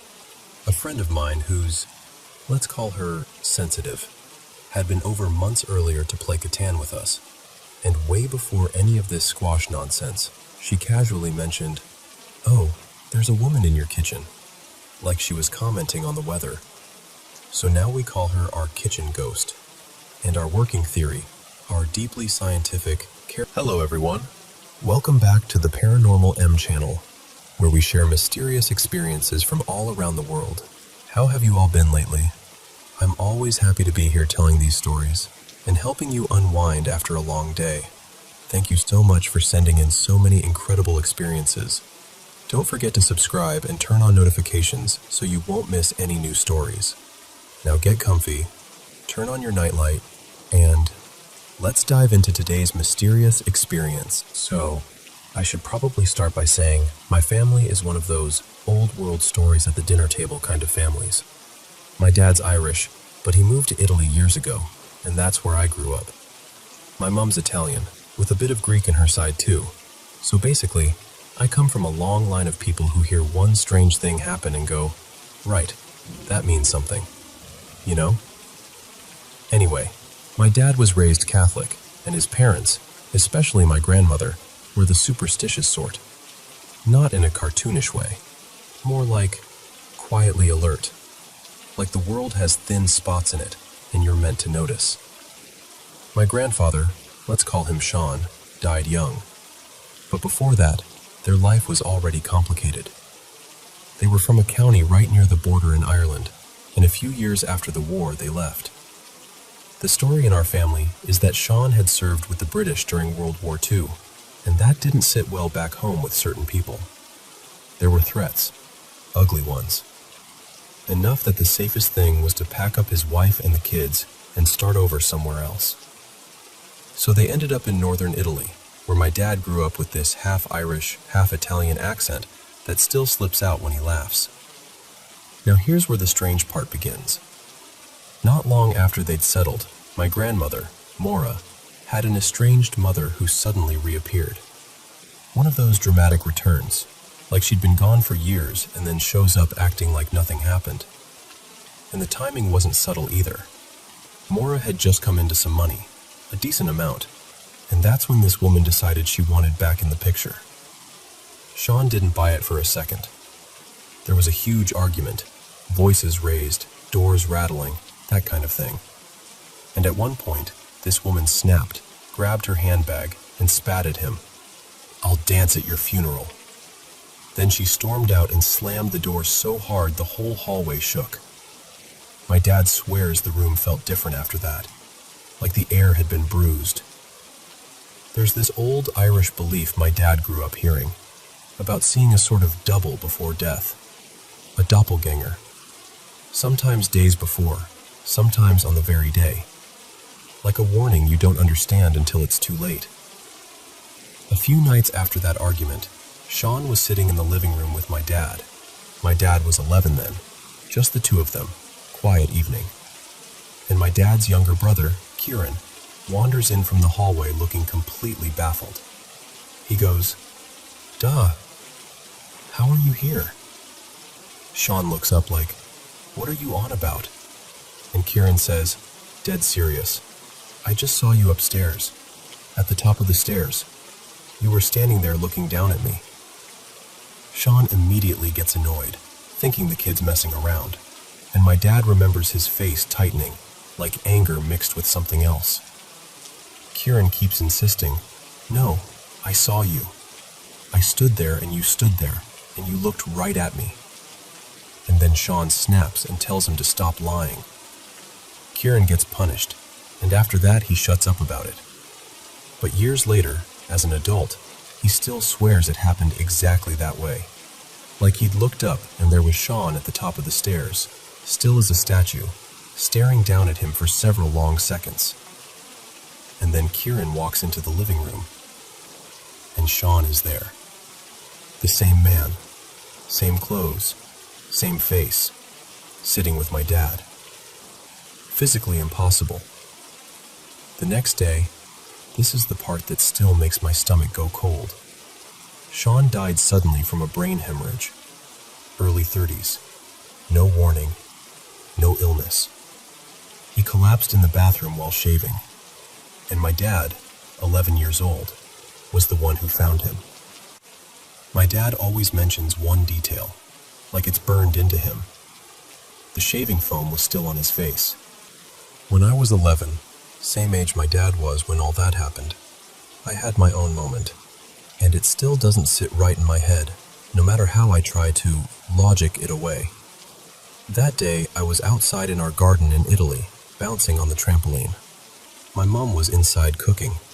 My sister was around somewhere, and I knew, absolutely knew, my dad was away on a work trip. Not, I think, I knew. I'm mid-jump, bored and daydreamy, when I suddenly get that sensation, like you're being watched. Not in a paranoid way, just that prickly pull on the back of your neck. And without really choosing to, I turn and look up at my bedroom window, the one facing the garden. and there's a man standing there. Not my dad, not a neighbor, not anyone I recognized. He had dark hair, but what grabbed me was his face, because there was this bright white around his mouth and jaw, exactly where a beard would be. Like shaving foam, like someone paused mid-shave. He lifts his hand and waves at me, calm as anything. And this is the part that makes me feel silly admitting it. I waved back. He smiled at me, warm and familiar, like he knew me, like we had a relationship my brain hadn't caught up to yet. Then I kept bouncing because, honestly, I didn't know what else to do. A few seconds later, I stopped and looked again. He was gone. I ran to my mom and told her, laughing a bit because it sounded ridiculous even coming out of my mouth. I described the man, the dark hair, and especially the white stuff around his face. My mom chuckled and acted like it was just a child's imagination, but I remember her eyes flicking toward the hallway like she wasn't entirely convinced. Here's the thing. I'd never seen a photo of my grandfather. Not really. My dad didn't talk about him much. On that side of the family, there was just this quiet absence. Then, years later, my dad showed me an old photo he'd kept tucked away. Him as a baby sitting on Sean's lap, both of them grinning like the world was simple. And I felt my chest drop because I recognized the smile instantly. Not, oh, kind of similar. I mean instant recognition, like my body knew before my mind could explain. Same expression, same energy, even the way he held himself. Neat suit, working man pride, eyes that looked kind but steady. And then there's my sister. She was given an Irish name partly in his memory, Niamh. And when she was little, from about 3 to 4, she used to do this thing in the mornings. She'd pad into my parents' room half asleep, and then suddenly her face would light up, and she'd point out into the hallway, where the door was open, and she'd go, "He's there again." When she was even younger, she'd just say, "Man," like it was the most normal thing in the world, and she'd try to pull my dad out into the hall. Always my dad, never my mom. Once she actually said, "He wants to see you, Papa." My sister didn't know anything about Sean. Neither did I at that age. We just knew there wasn't a grandfather on my dad's side, and it was this topic that sat behind glass, visible but not touched. My dad talks about him more now, carefully but more, like he can finally do it without breaking. And when you stack all these moments together, the thing on the stairs, the timing, the shaving foam, the man in my window, my sister pointing into an empty hall, it starts to feel less like random weirdness and more like someone trying. Like Sean didn't get to be a grandfather in life, so he came back in the only way he could, quietly, briefly, almost politely, just to check in, just to see who his children became and who their children became. And honestly, I don't even find it scary. Because from everything I've been told, he adored his family. He was the kind of man who would have been all in, morning hugs, carrying kids on his shoulders, fixing things around the house, making you feel safe just by being nearby. It would have been nice to know him. But maybe, just maybe, we did, in a strange way.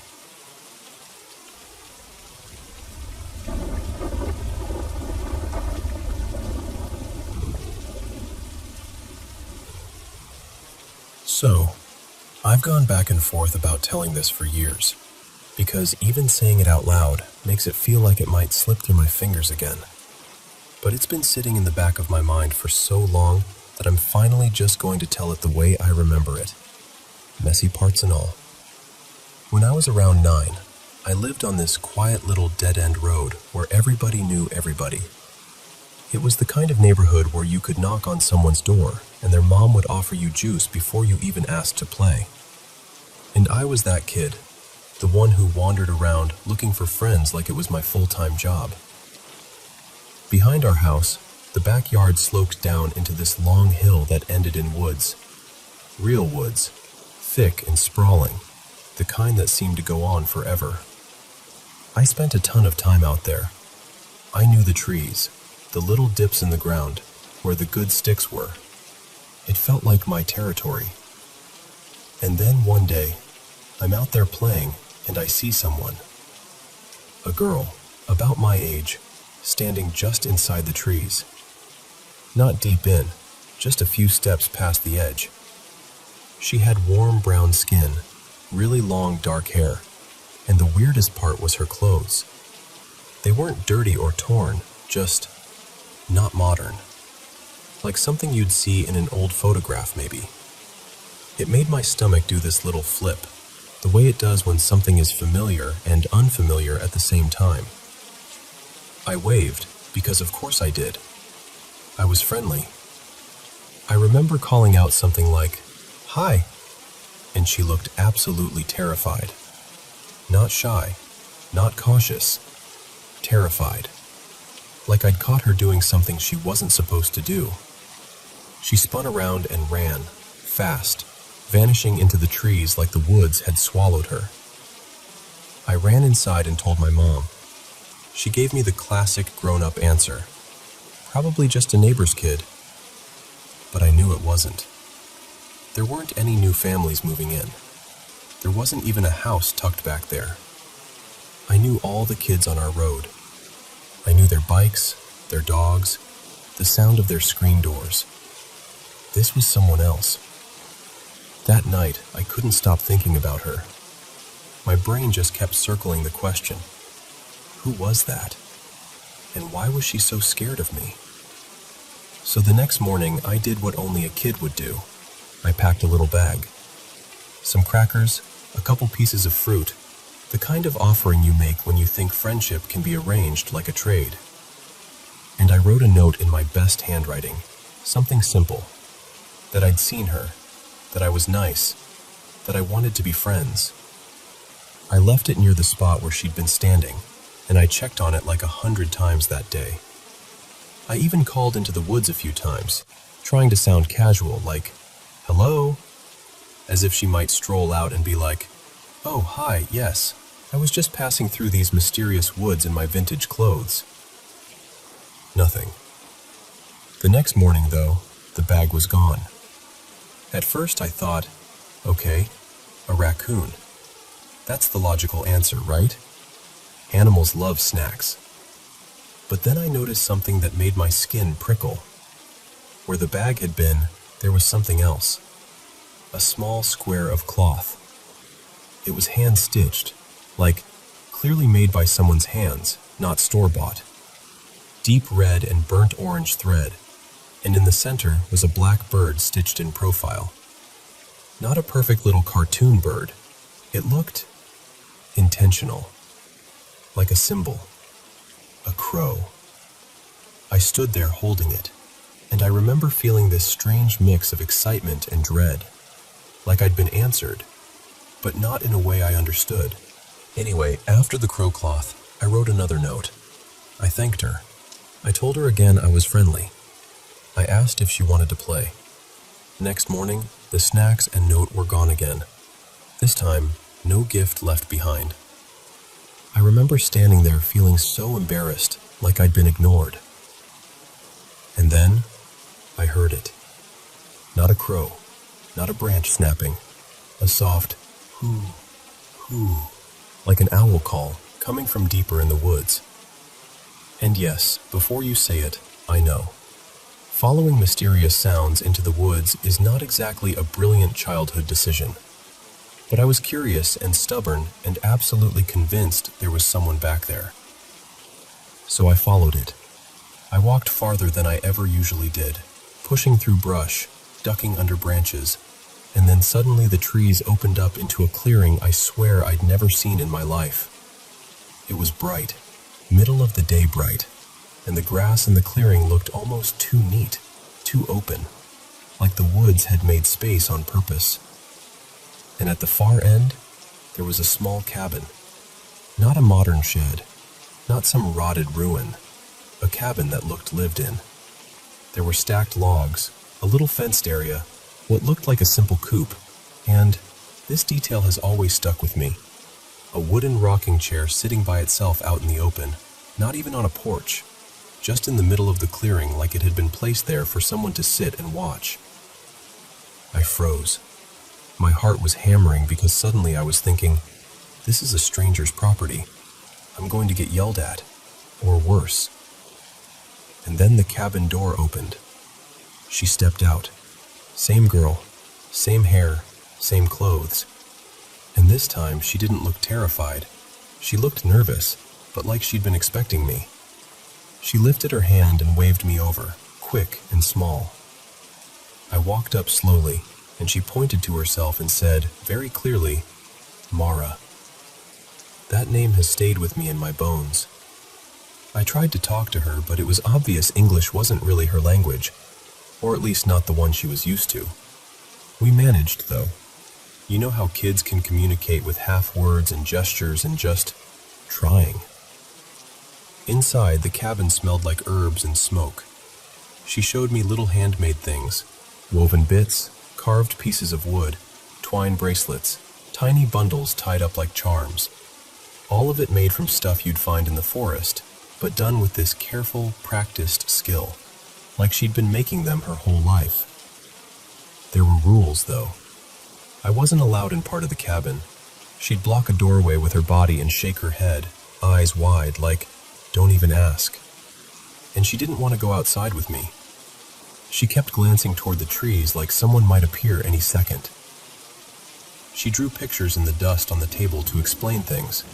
She made it clear she wasn't allowed to leave the clearing, that her parents, she called them something like Ma and Da, but softer, would be angry if they knew I was there.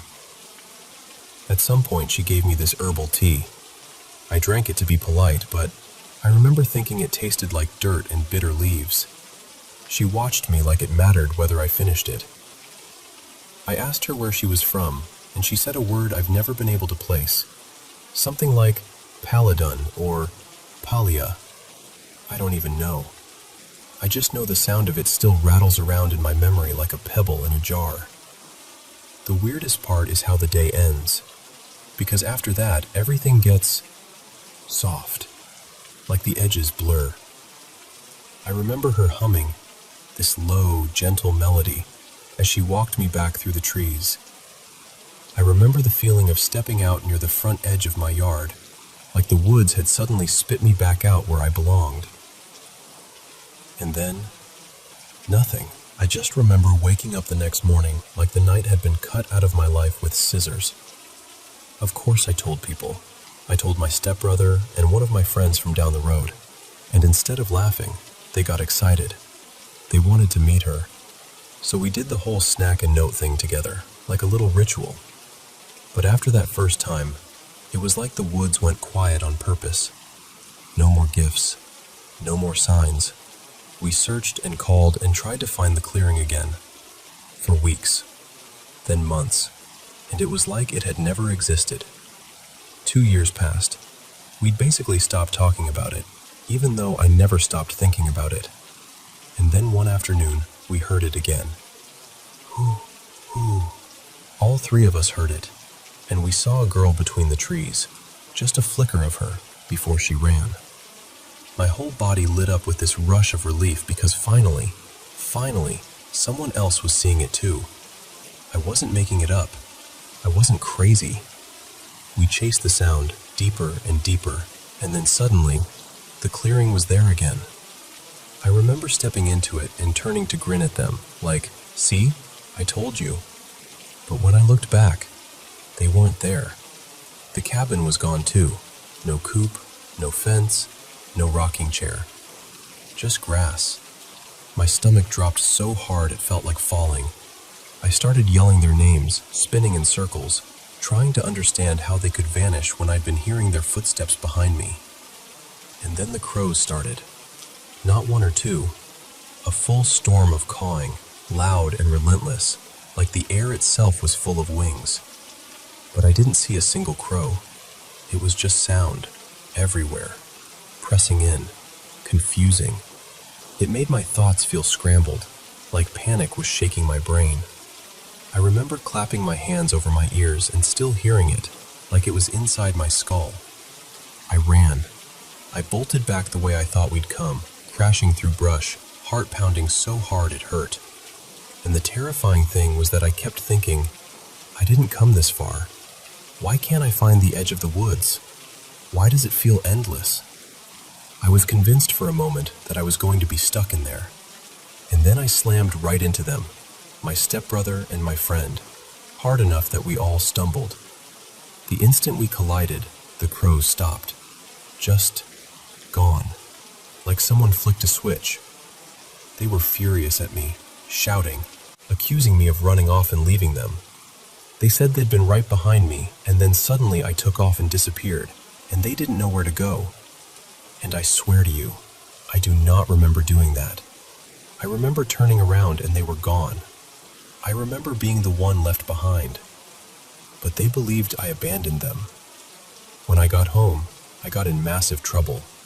My stepbrother was upset, crying, telling everyone I ditched him in the woods. No one wanted to hear my side. Don't go in the woods again, the adults said, like that would solve whatever the woods had decided to do. Years went by. I grew up. And the older I got, the more the story stopped sounding like an adventure and started sounding like something I didn't have words for. I went back once when I was older, determined to find the clearing again. I couldn't. But I heard crows in that area, faint, distant, when no one else with me heard a thing.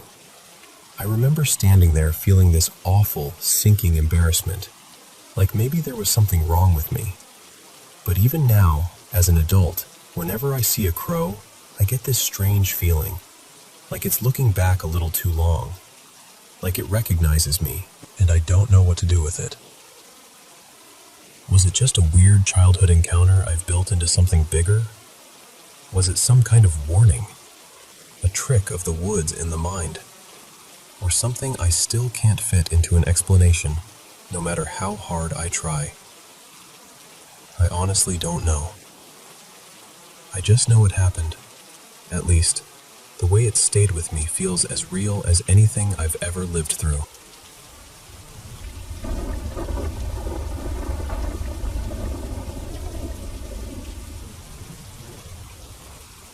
Okay, so I need to set the scene a little, because it matters. I grew up in a really strict, church every Sunday kind of home. Like everything had a Bible verse attached to it. So when I was 15, and my friend Marisol suggested we mess around with a Ouija board, I honestly thought it was just going to be some dumb, spooky sleepover thing. I didn't believe in it, not even a little. But Marisol, she wasn't joking. We were at her place, and it was late, like close to 11. Her house had this heavy, quiet feeling at night, the kind where even the hallway creaks sound loud. And she tells me, in this almost whispery voice, that her family didn't keep the board to play with. They kept it to contain whatever was in it. I laughed. I actually laughed right in her face. I was like, okay, sure. But she looked dead serious and told me her family wasn't supposed to touch it at all. Some cultural thing, some rule she kept repeating like it was burned into her brain. Still, she said since I'd never seen one, we could sneak it into her bedroom and just do it once. So we did. She set a few candles around us, more than a few actually, enough that the room glowed in this weird, flickery way that made everything look unfamiliar. Then she started murmuring this little chant under her breath while we sat cross-legged over the board. And before we even started, she looks me right in the eyes and goes, "If someone named Alara comes through, we stop. Immediately." That name meant nothing to me, so I shrugged it off. I did the whole sarcastic, "ooh, scary" thing. I can still remember her expression, like she wanted to shake me. At first, it was boring. We got a couple names that felt random, almost generic. I kept thinking, she's moving it. She has to be moving it. I even watched her hands, tried to catch her doing it. Then the next one starts coming through. E, L, A, R, A. And Marisol just breaks.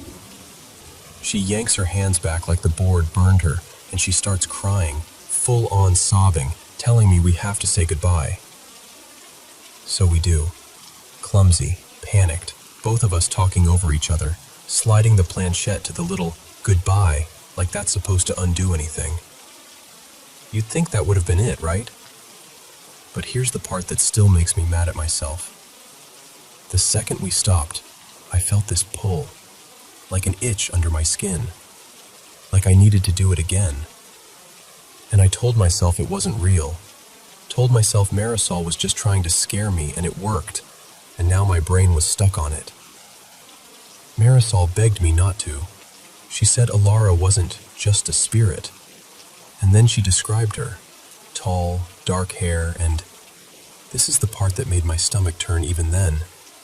She said Alara had no eyes, like empty, and her jaw looked wrong, like it didn't sit where it was supposed to. I remember forcing a laugh, even though my throat was tight. I told her she was being dramatic, and I convinced her to try one more time. I grabbed a notebook and a pen because I wanted proof. I wanted to catch her in the act, or write down the answers and show how easy it would be to fake. We put our fingers back on the planchette. It moved almost immediately. And when I asked, "Can I ask you questions?" it slid to yes so fast my hands went cold. I said, "Do you remember how you died?" And it spelled out, "Killed." My stomach dropped. I tried to keep my voice steady and asked, "By who?" And the planchette moved slower at first, like it was dragging through thick syrup. D-E-V-I-L.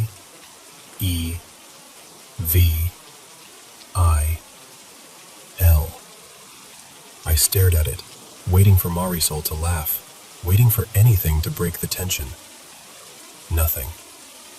So I said, barely above a whisper, "Who?" And it did it again. Devil. Faster. I asked again, like an idiot, and it spelled devil a third time so quickly it was almost violent. And then the planchette jerked hard, slipped out from under our fingers, and smacked into the closet door. We didn't scream. Not at first. It was like both of us forgot how. I remember my hands shaking so badly I could barely hold my phone. And still trying to be logical, I started searching. I typed in the name, the age, the little details it had given me, even though part of me was already begging myself to stop. And I found something. Not exact, but close enough that my blood turned to ice. A young woman with the same first name, killed brutally, stabbed a ridiculous number of times by someone she'd been dating.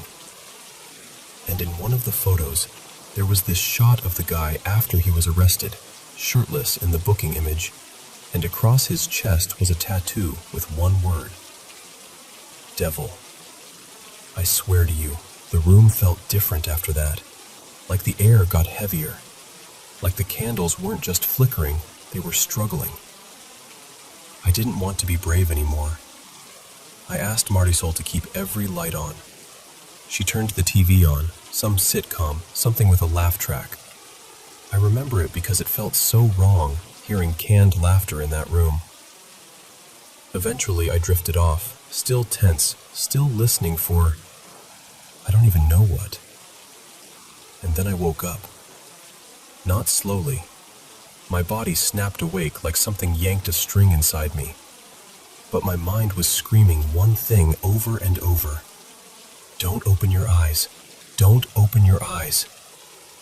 The lights were still on, so even with my eyelids shut, I could tell the room was bright.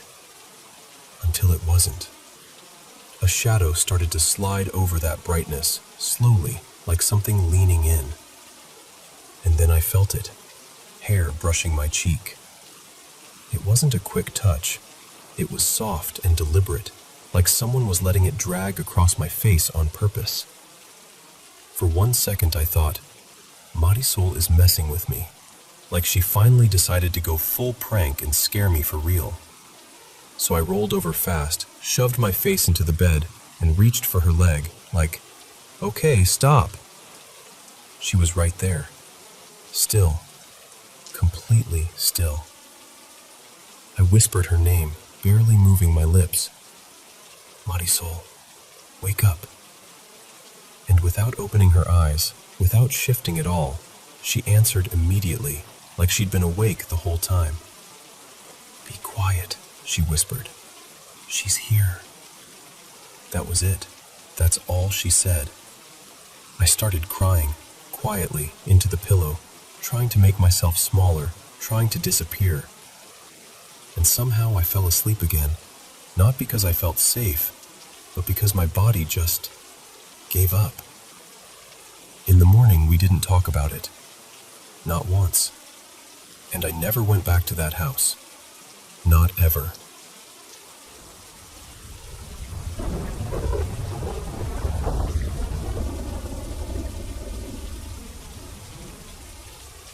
So, I don't tell this story at parties, because it's the kind of thing that changes the whole mood. But if you're really listening, like really listening, then I'll tell it the way it happened to me. A few years back, my then husband Caleb and I bought this old house right in downtown Tuscumbia, Alabama. One of those towns that feels like it has history baked into the sidewalks. Everybody there talks about Helen Keller like she's part of the air you breathe. The house itself was gorgeous. High ceilings, heavy doors, the kind of place you walk into and immediately start imagining holidays and family photos and a future. And the price? Almost too good. Our realtor did that careful voice people do when they're about to say something they think you might not like. She told us the previous owner had taken his own life in the upstairs primary bedroom. I remember just standing there, staring at the crown molding like it was going to explain something. But the house didn't look sad. It didn't feel broken. It felt polished, like it had been scrubbed clean of any trace of what happened. And we were young and trying to be practical, and, honestly, the deal felt impossible to pass up. So we bought it anyway. And I swear to you, things didn't even wait long to start. We were still unpacking. We didn't have a dishwasher yet, so I'd washed a few glass tumblers and left them upside down in a drying rack on the counter.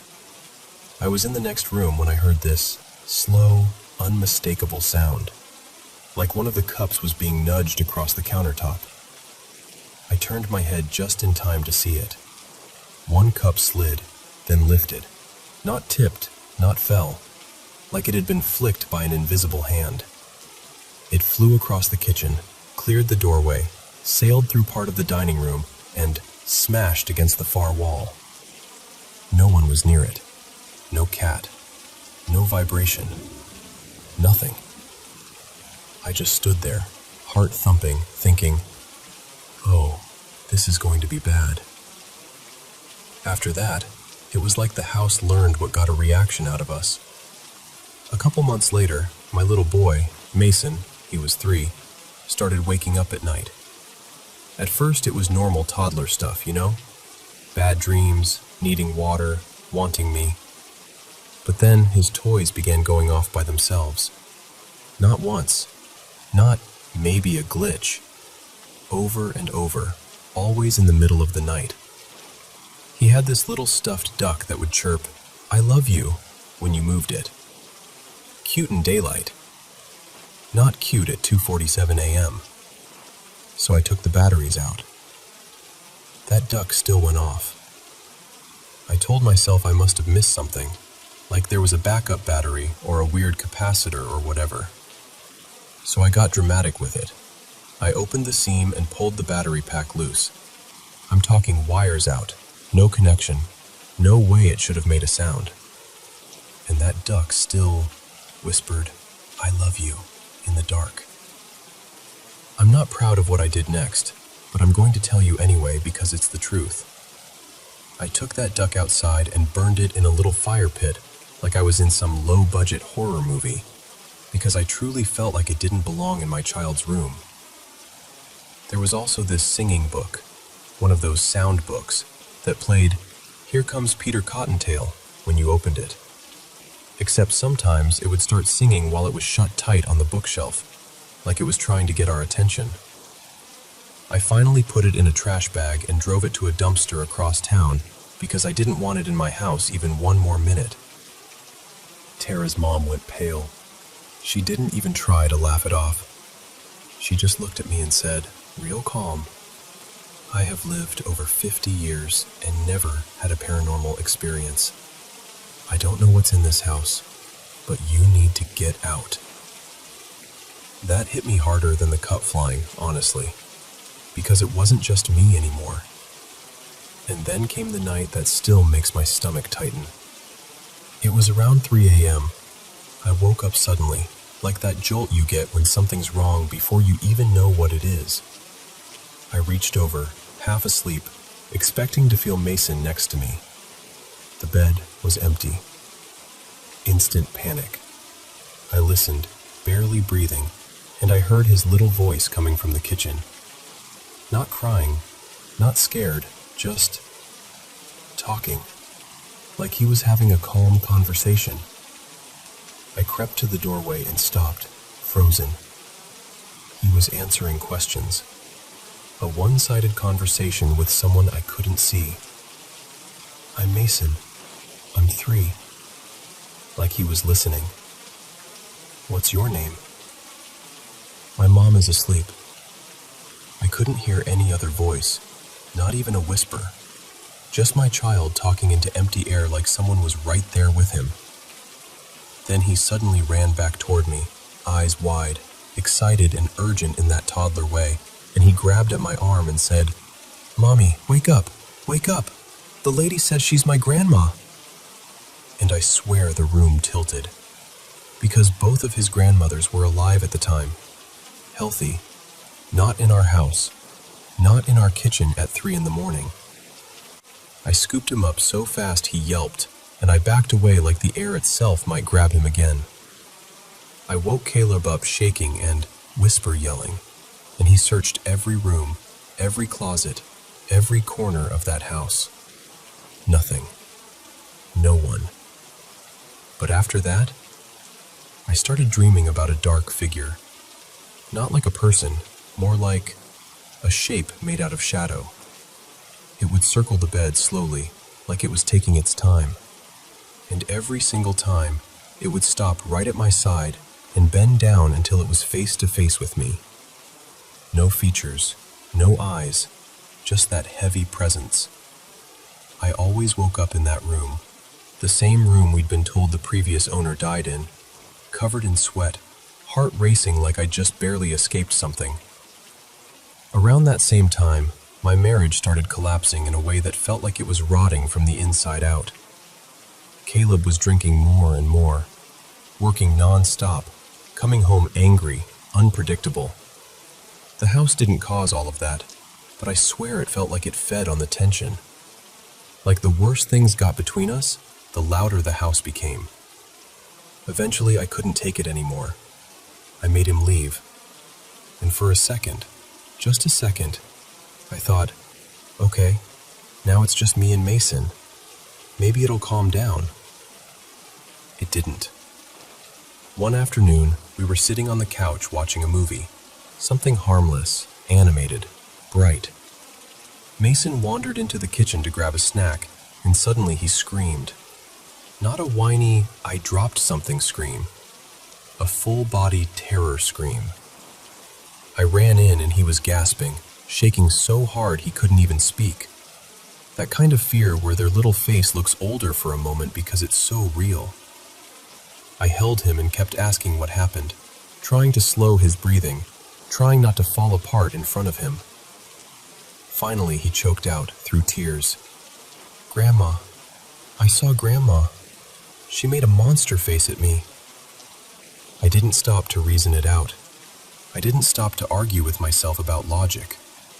I grabbed my keys, picked up my child, and we left. We stayed with family for a while, and after a couple weeks, I went back at night to get clothes and a few important things.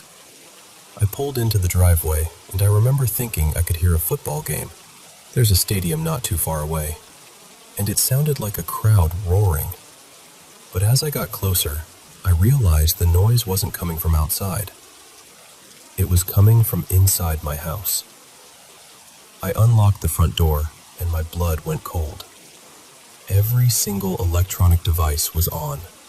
TV, radio, anything that could make sound, blaring at full volume like the house was throwing a tantrum. Like it was furious I'd left. Like it wanted me to know it could still fill every corner of that place with itself. And what made it worse? I was the only one with a key. I'd changed the locks after the separation. I turned everything off one by one, hands shaking, grabbing my things as fast as I could without dropping them. And I didn't look down hallways. I didn't call out. I didn't say a word. I walked out, locked the door behind me, and I never spent another night there. We sold the house not long after, split what we made, and moved on with life in the most practical way you can after something like that. I still don't know what was in that house with us, and I'm telling you, this wasn't just a ghost who used to live there. This felt smarter than that, meaner, like it wanted attention and control, like it enjoyed fear. And even now, when I drive through that part of town and pass that old place, I catch myself whispering a little prayer for whoever lives there now. Because it's one thing to mess with me, but you don't mess with my child.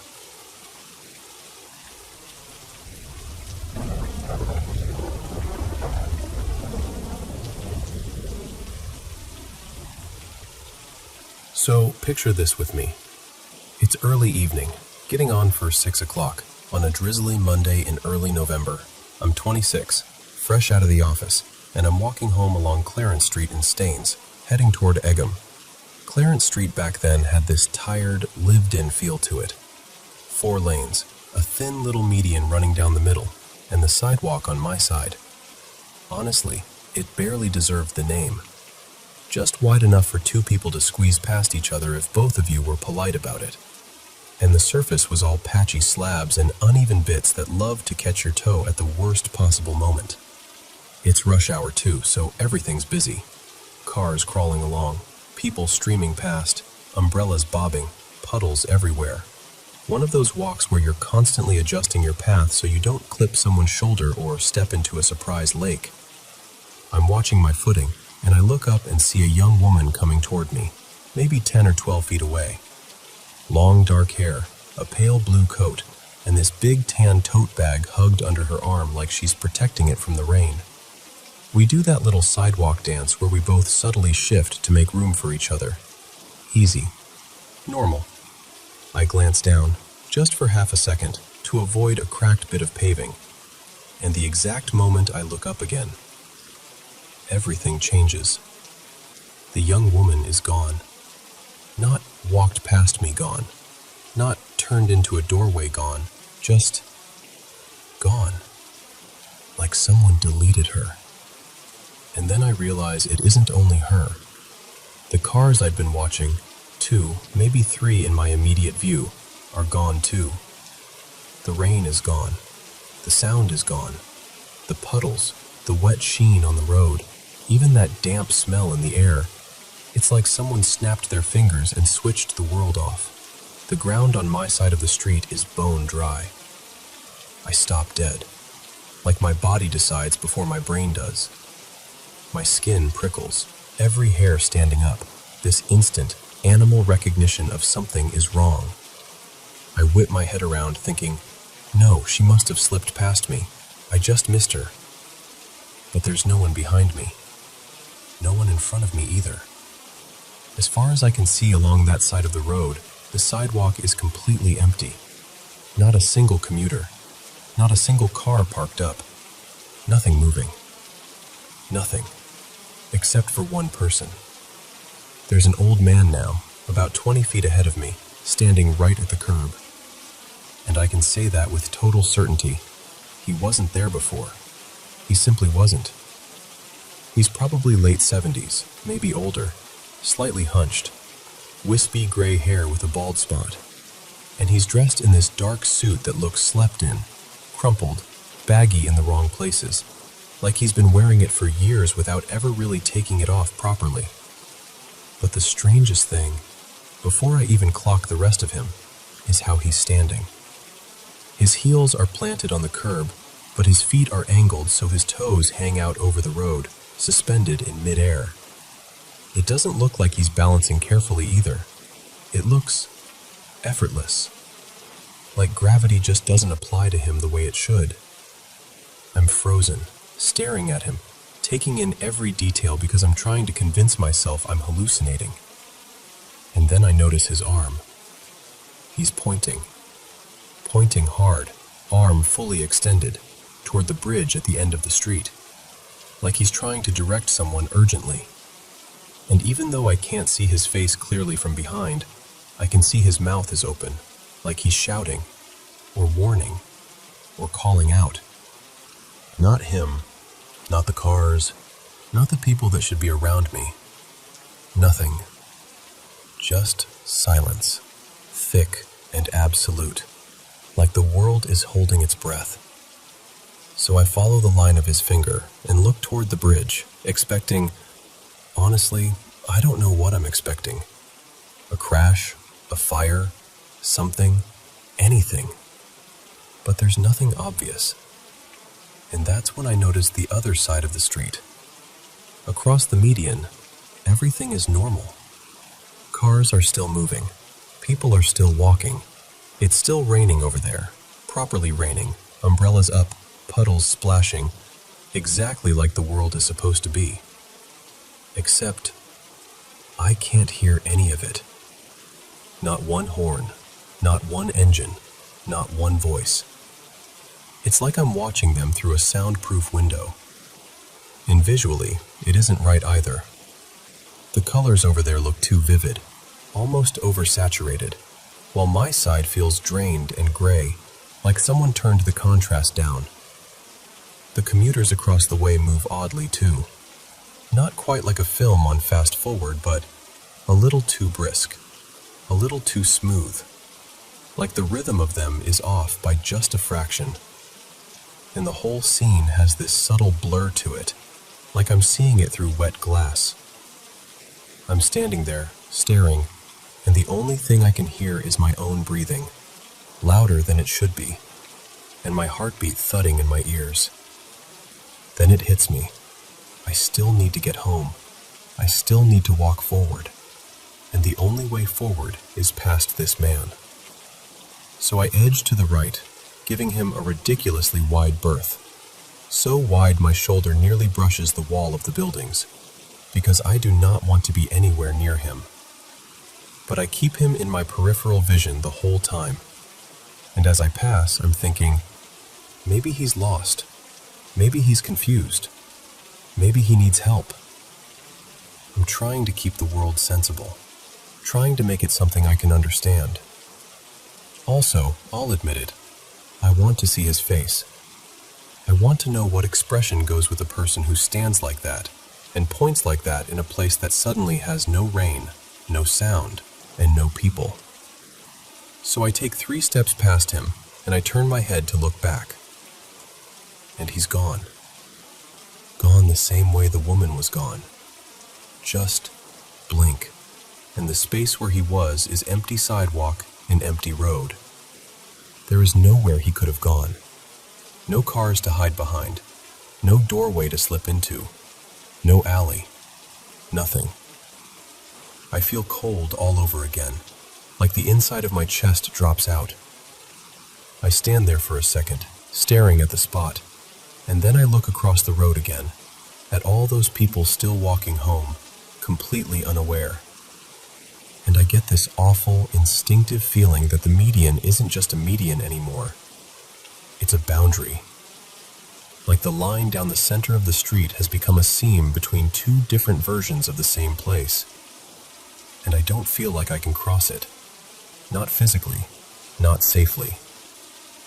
It's hard to explain, but it's like my body understands the rule even if my mind doesn't. That's when fear finally wins. Not dramatic panic, Just this sharp, immediate need to leave. Now. To get somewhere that feels human again. So I turn and I walk fast, too fast to pretend I'm calm, toward the corner where Clarence Street meets Bridge Street. And the second I reach that corner, it's like the world clicks back into place. Traffic is there. Real traffic. I even catch the eye of a driver, and the simple fact that another person looks at me and registers me, that tiny moment of recognition, feels like relief flooding through my whole body. And this is the part that makes my stomach twist even now. Because barely 15 seconds have passed, and yet that stretch of Clarence Street is completely normal again. Cars where there should be cars. People on the sidewalk, weaving past each other, stepping around puddles. And it's raining on my side too. Raining like it never stopped. No gray silence. No empty street, no impossible old man. Just an ordinary Monday evening. Like whatever I walked into either moved on, or could only be seen from inside it.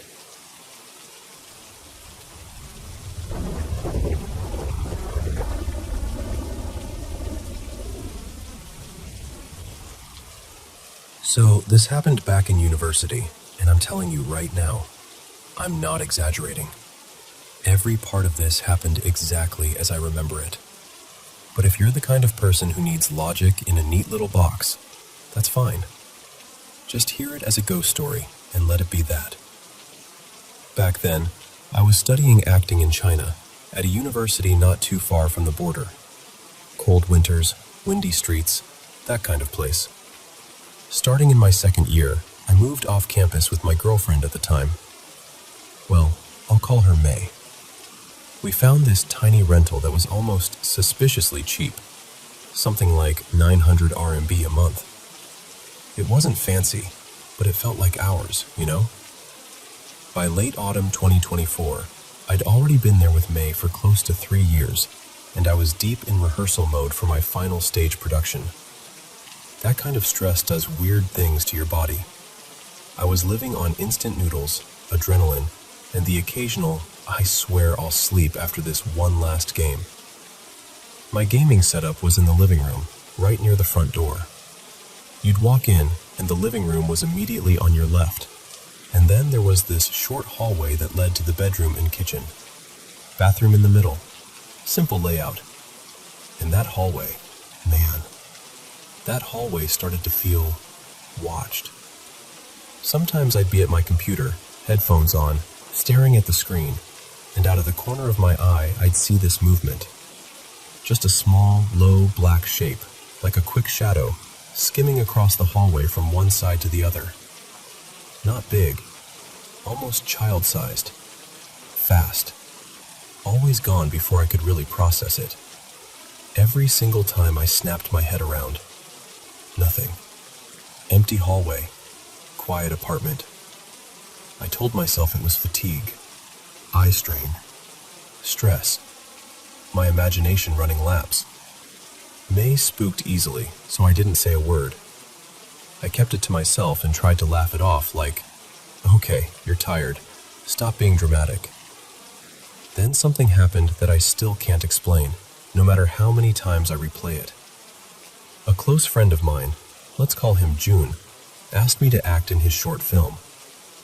Small crew, early call time the next morning. And the problem was, I'd become totally nocturnal. Like, fully upside down. I'd be wide awake at 3 a.m., gaming, scrolling, doing anything except sleeping. And then I'd crash at noon like a corpse. But I couldn't flake on him. So I did something I almost never did. My mom had given me a few heavy-duty sedatives a while back. Something in the strong enough that you don't argue with it category. I hated taking them, but that night I was desperate. I took one at about 6:30 p.m., and by 7:30 I was out cold. Normally, those pills would put me in a deep, dead sleep for at least 7 hours. Not that night. At around 9:45 p.m., I woke up on my own, like my body had just decided, okay, we're done with that. No grogginess, no slow blinking.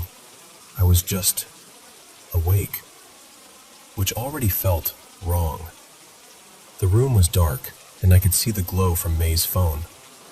She was lying beside me, on her back, scrolling like everything was normal. My eyes were half open, still adjusting, and that's when I saw it. There was someone kneeling on top of her.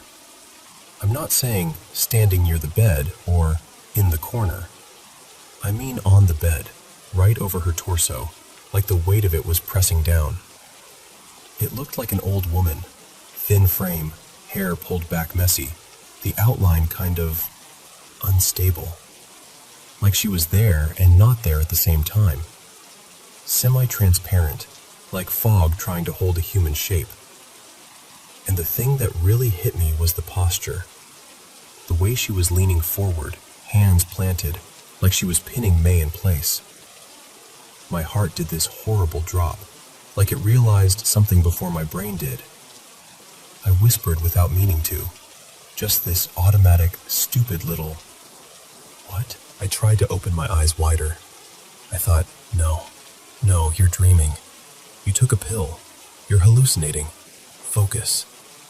And the second I actually focused, like the moment my vision sharpened on her, the figure collapsed. Not like it walked away, not like it faded slowly. It was more like it unraveled, like smoke getting hit by a gust of wind. 1 second it had a face, a shape, weight. And the next second, it was just gone. Empty bed, empty air. May kept looking at me, waiting for an answer. "What is it?" And I could feel panic rising, hot and fast, right under my ribs. But I swallowed it down because I didn't want to put that fear into her. So I forced my voice to stay flat, and I just said, "Nothing. Sorry. Go back to sleep." She hesitated, then rolled over like, "Okay, weird," and went back to scrolling. And I just lay there, staring into the dark, listening to my own heartbeat thudding like it wanted out. Here's the part that makes it worse. When we first moved in, the landlord mentioned, almost casually, that his mother had passed away not long before we rented the place. At the time, it didn't mean anything to me, just information. But after that night, I couldn't stop thinking about it. Because we'd lived there peacefully for years. No nightmares, no weird cold spots, no obvious haunted apartment stuff. Just normal life. So why then? Why that night? Why that moment when I'm exhausted, medicated, and trying to sleep for something important? Why is that the first time I see something so clearly that I can still picture it even now? And the question that honestly bothers me the most is this. If she was there the whole time, what made her finally step close enough for me to see her?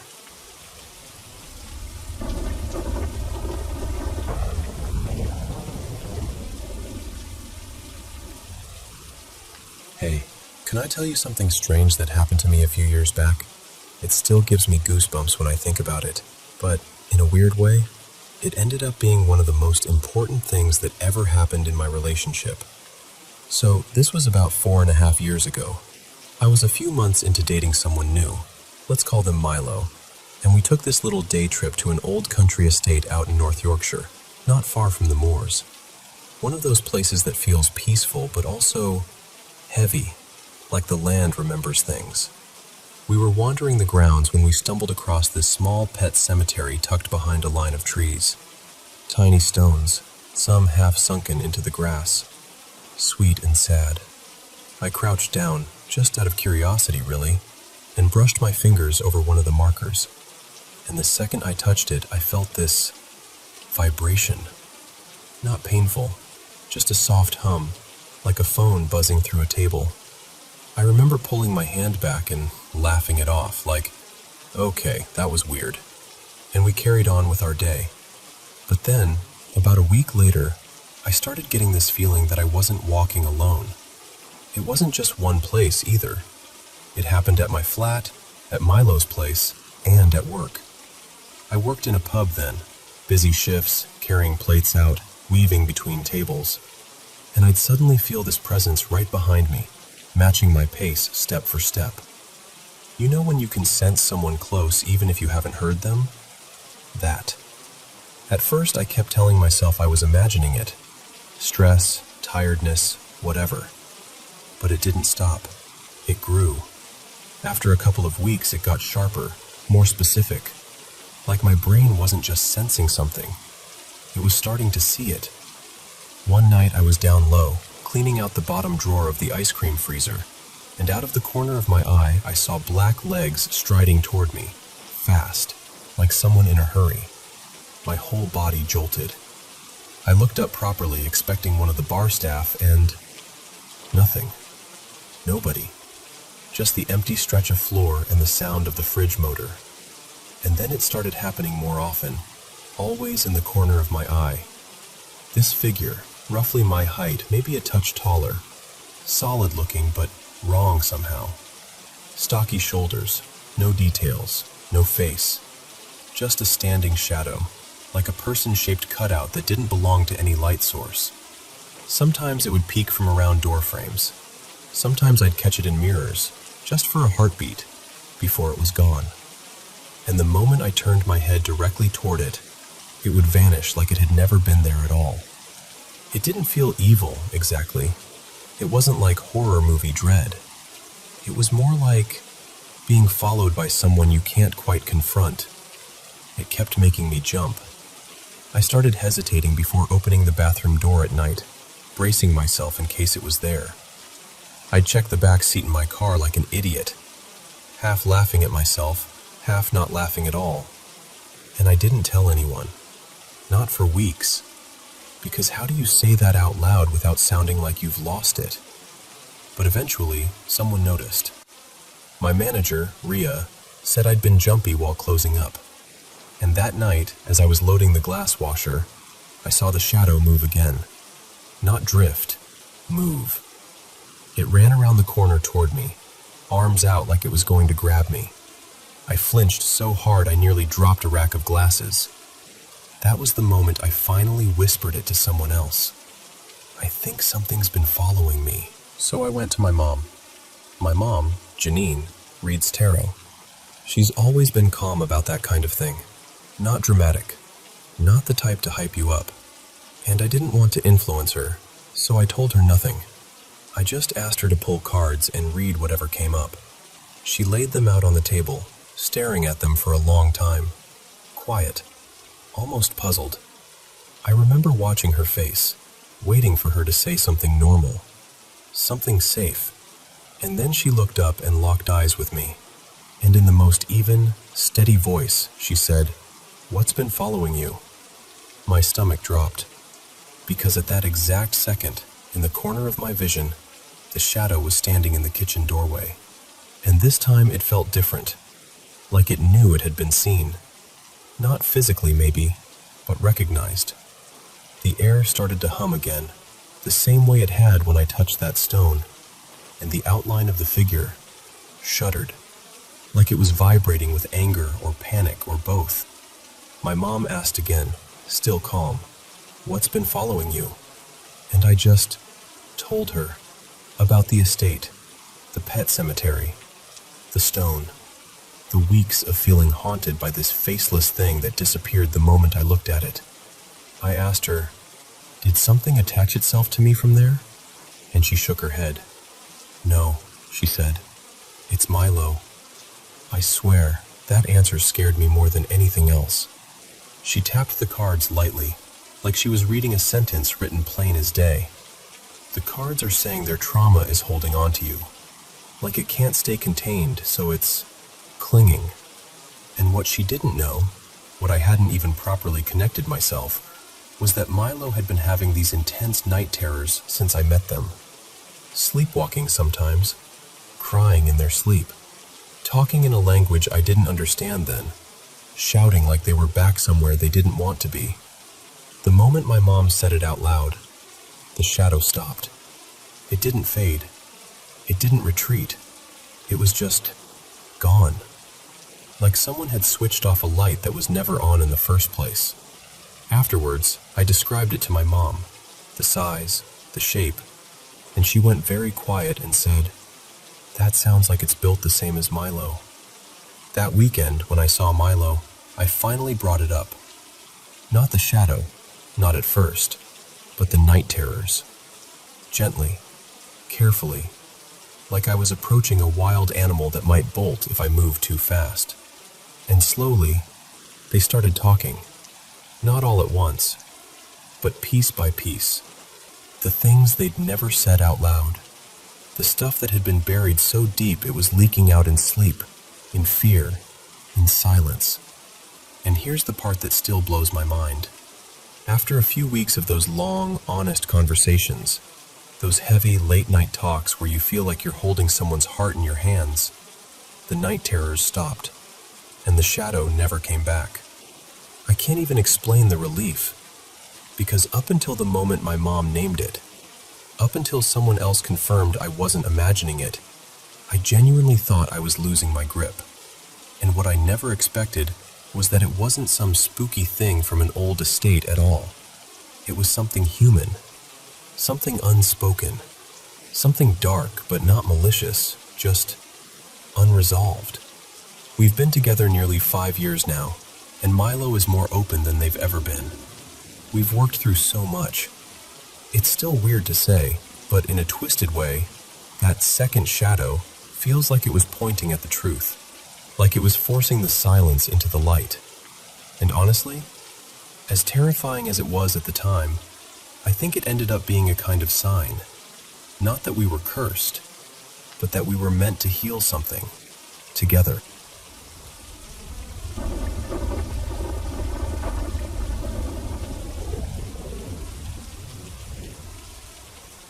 So, this happened just a few hours ago, and I'm still kind of sitting with it because it left both me and my friend feeling genuinely unsettled.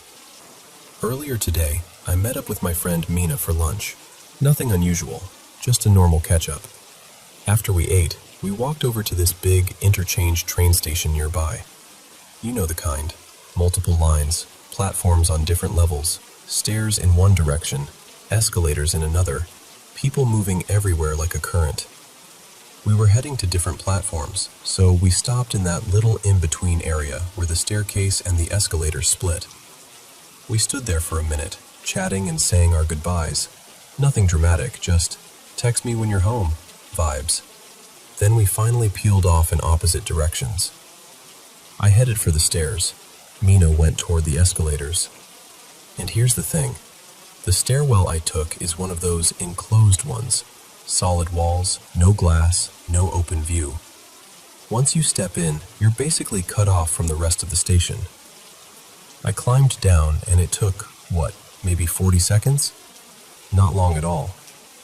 While I was walking, I reached into my tote and pulled out my earbuds. Ended up putting them in as soon as I got to the platform. The moment I stepped out onto my platform, I checked my phone, and Mina had messaged me literally seconds earlier. She wrote something like, "Wait, did you go the wrong way?" So I replied, confused, "No, I'm on my platform. Why?" And then she sent the part that made my stomach drop. She told me that as she was going up on the escalator, she glanced over, and she saw me walking backward toward the escalators. Like, not just someone who vaguely looked similar. She said the person had the same haircut as mine, the same jacket, the same tote bag, and even the same little mannerisms, like the way I move my shoulders when I'm digging around in my bag. She said this person actually flipped open the top of the bag, like she was searching for something. Mina could see the side of her face clearly, the profile. She insisted she was completely sure it was me. But it couldn't have been, because I never turned around. I didn't go near the escalators. I was already in the enclosed stairwell by the time Mina would have been rising up. And once you're inside that stairwell, no one outside can see you. There's no window, no glass wall, nothing. The timing didn't work. The layout didn't work. At first, we both tried to laugh it off, like, okay, creepy twin moment, or maybe you saw someone with the same jacket. But Mina wasn't laughing. She was really firm about it, like she'd seen my face and my bag and my exact posture. We ended up going back and forth for ages, replaying it. I even pulled up the station map and described exactly which stairwell I took, where I entered, how long it took, where the escalators were positioned. Mina described what she saw from her angle, where the glass barriers were, how the person's legs were blocked by the escalator's side panels, how she only saw the upper half clearly.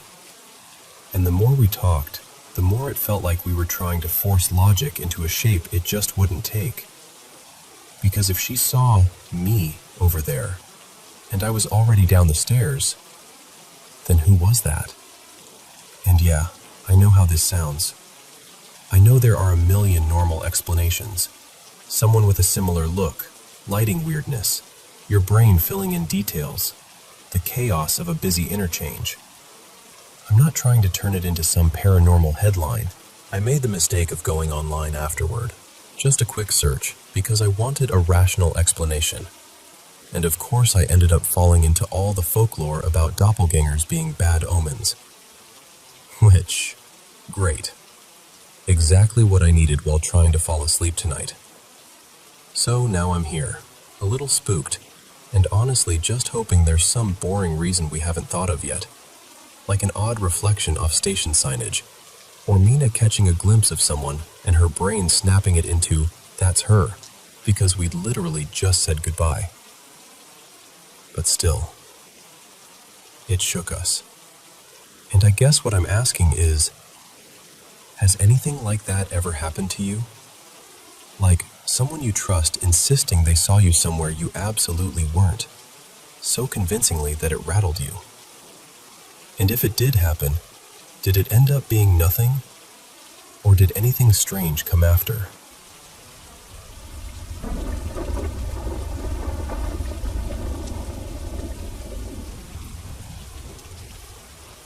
So, for a little context, I'm 38 now, and back in my late teens into my early 20s, I went through sleep paralysis a lot. Like, so many times that it eventually stopped being scary. At first, I'd get the usual freaky stuff, hallucinations, shadows, the whole deal. But after a while, even that faded out. It turned into this annoying, familiar thing where I'd realize, oh, it's happening again. And I'd just wait. Ride it out until I could move, then roll over and go right back to sleep like nothing happened. But last night was different. I was asleep right near the edge of the bed, and my wife Marin was next to me. Our kid Eli was curled up on the other side of her. Same setup as always. And I remember waking up, or at least thinking I woke up, and opening my eyes.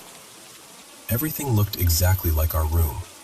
Same dim light, same shapes of furniture, same quiet. And I was in the exact position I'd fallen asleep in. Marin was breathing steadily. Eli was out cold. The whole thing felt so real that I didn't even question it at first. And then I saw him. This tall figure, just an outline at first, standing there with that unmistakable hat shape, wide brim, and a long coat, like a trench coat, the collar popped up. The silhouette was so clean and familiar that my brain immediately went, no way, is this the Hat Man? Before I could even process it, he was suddenly right there, lifting me like I weighed nothing. And I'm not a small guy. I'm close to 260 pounds. So in my head I'm thinking, okay, that's ridiculous. But it didn't feel ridiculous in the moment. It felt terrifyingly effortless, like gravity didn't apply to him. He hauled me up over his shoulder in this awkward, piggyback-ish position and started walking toward the bathroom. And here's the part that really messed with me. I couldn't move, couldn't yell, couldn't do anything except this weak, trapped kind of struggle, just like sleep paralysis. I could feel myself trying. I could feel panic rising, but my body wasn't cooperating. As he got to the bathroom door, it was closed. I finally got my right arm loose, just barely. And I remember thinking, now, do something now. So I reached up and grabbed the back of his head. No hair. And the texture, ugh. It wasn't smooth. It was kind of rough, kind of scaly, like cracked skin. Not bloody looking or anything, more like grayish, dry, almost reptile meets burn scar texture. My mind weirdly flashed to those old horror movies, but the color was wrong. This was more dull, ashy, dead looking. And I just snapped. I started slamming his face into the bathroom door over and over, like I was trying to smash an alarm clock. Just bam, bam, bam, with everything I had, because I didn't have anything else. And something else made it feel even more real. I wasn't wearing my glasses in the dream. I'm basically blind without them, and in this nightmare my vision was exactly like it is in real life. Blurry, soft edges, that same imperfect focus. It's such a specific detail that it convinced me in the moment that I was actually awake. After a few solid hits, he didn't stop or react the way a normal person would. He just kept going, like he was trying to carry me through the door. And then he did. He went through it like smoke, like a ghost, like the door was water. But my hand was still on his head, and my arm followed, straight through the solid door, up to my elbow. That was the moment my whole system went into full-on panic mode. Suddenly my legs came alive, and I started kicking like crazy, thrashing, trying to twist off his back, trying to wrench myself free, anything to get away from whatever the hell this was. For real this time. Same position I fell asleep in, same bed. Marin right there. Eli right there. Everything exactly the same as when I opened my eyes in the dream. I grabbed my phone and I swear I said to myself, watch it be 3 a.m. It wasn't.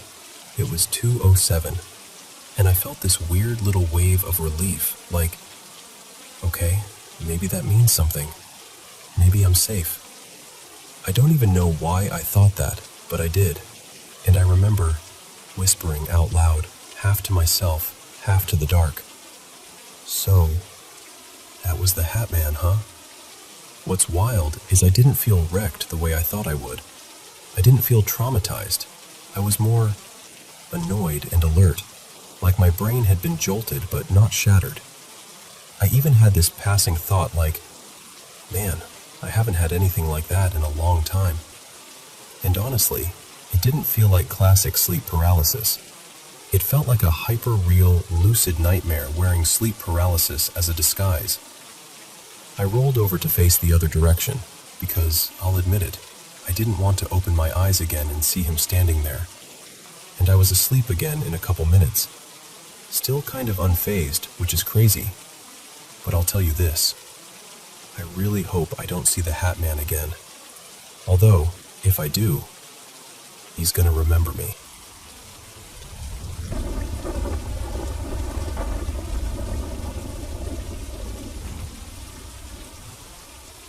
So, this all went down over a few years, around 2011 to 2014, give or take. I was working overnights at a residential school for kids on the autism spectrum, plus a bunch of other support needs. And just to be clear, I've always loved paranormal stuff, but I was that annoying kind of skeptic who'd say, I don't believe it unless I see it with my own eyes. Yeah, that attitude didn't survive that job. Overnight staff got rotated constantly.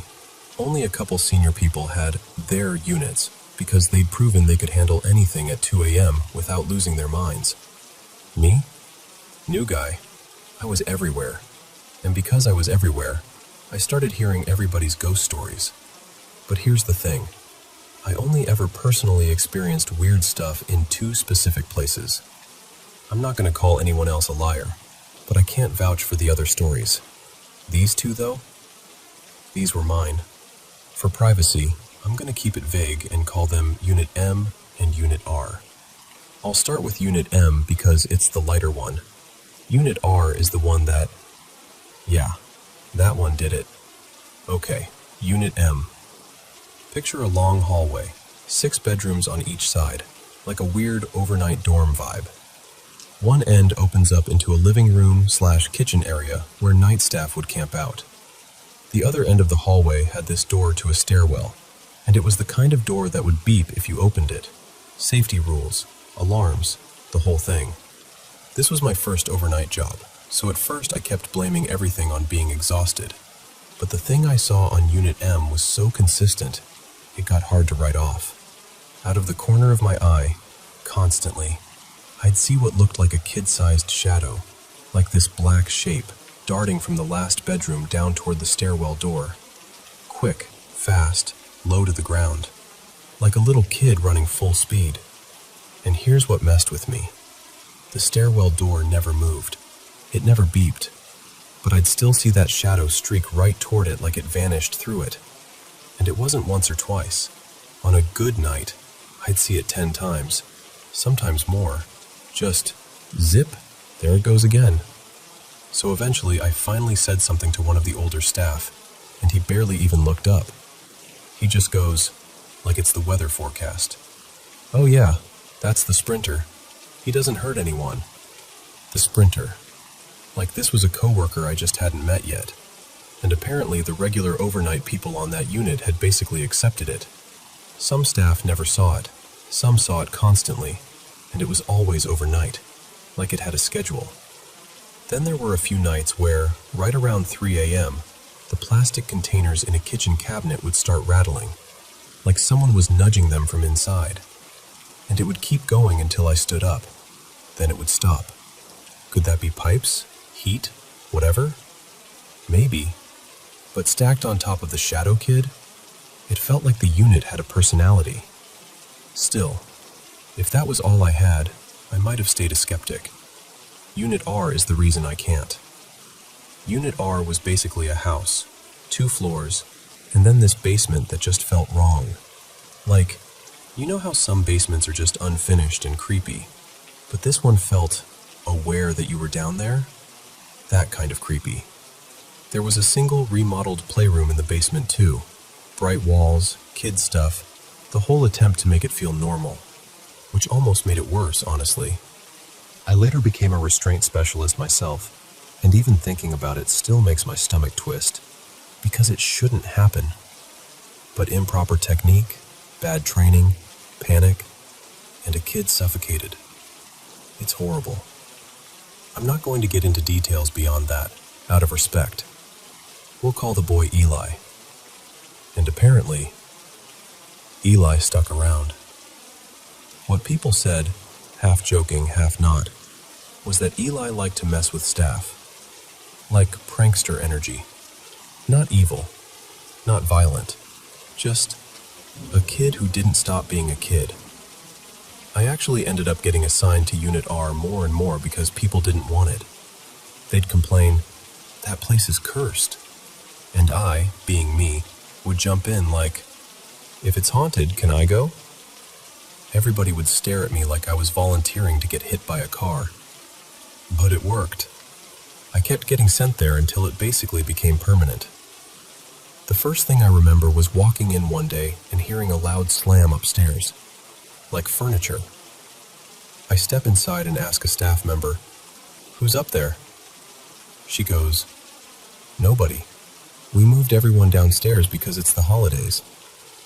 You know that moment when your brain goes, "Oh, cool." I dropped my bag and ran upstairs. In an empty bedroom, an empty dresser had been tipped over. Drawers out.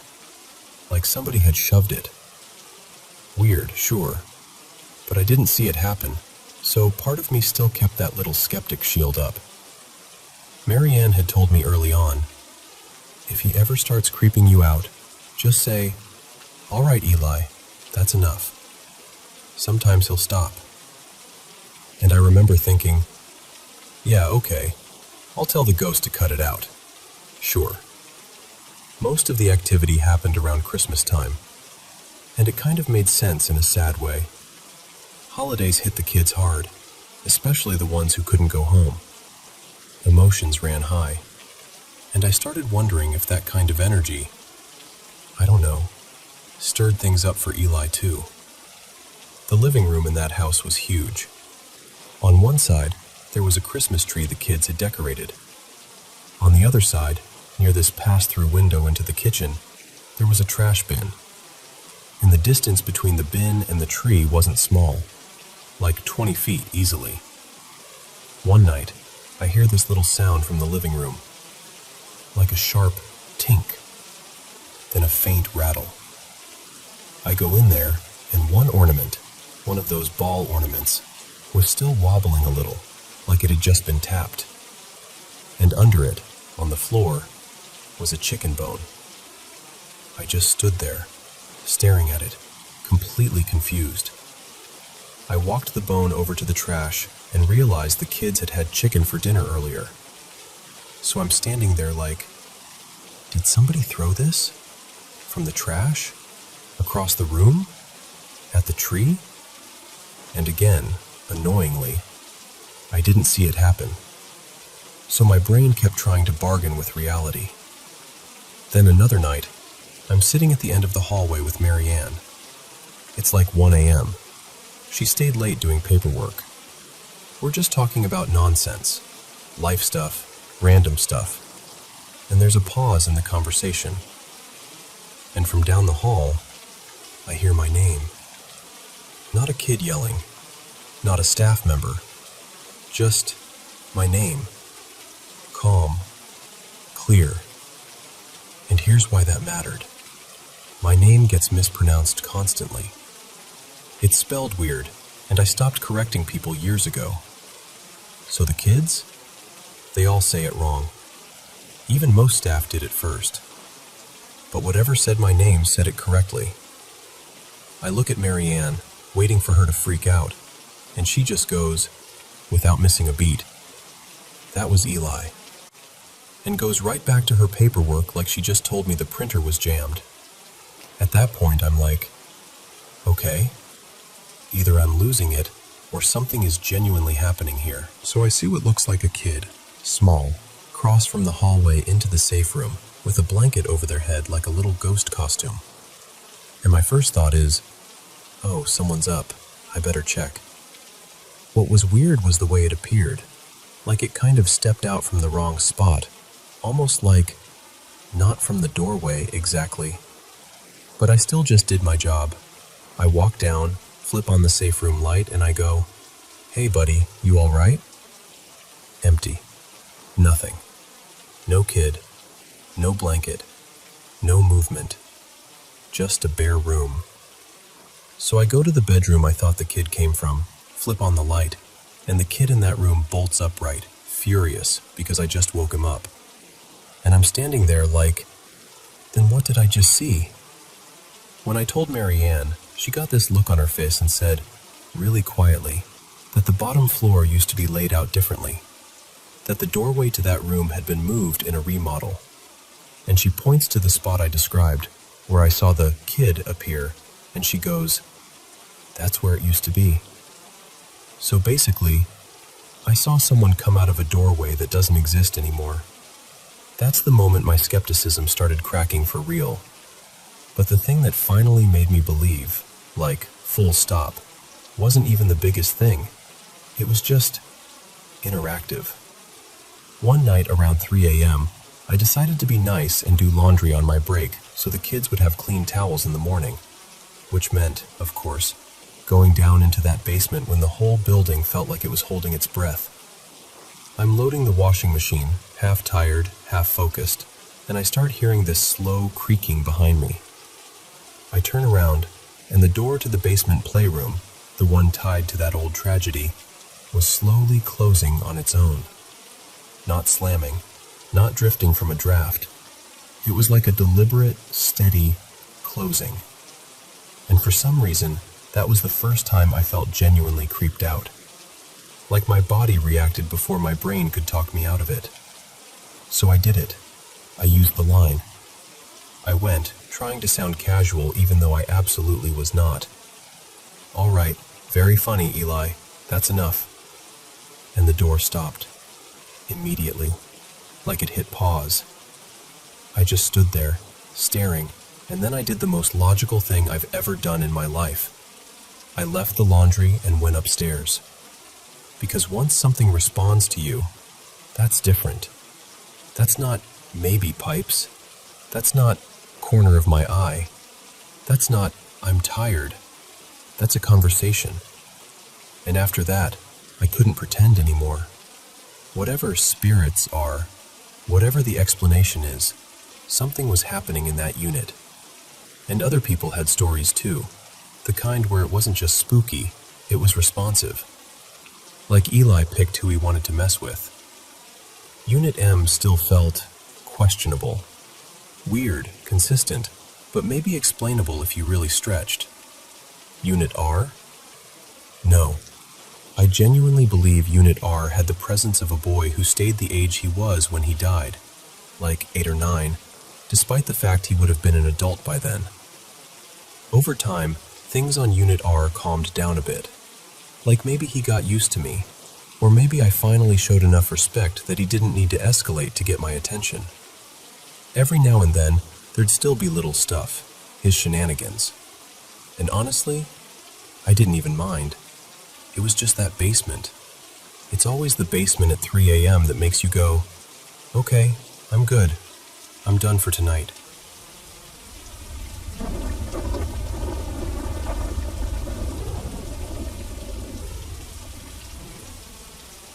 So, this happened a couple nights ago, and I swear I can still feel it in my chest when I think about it.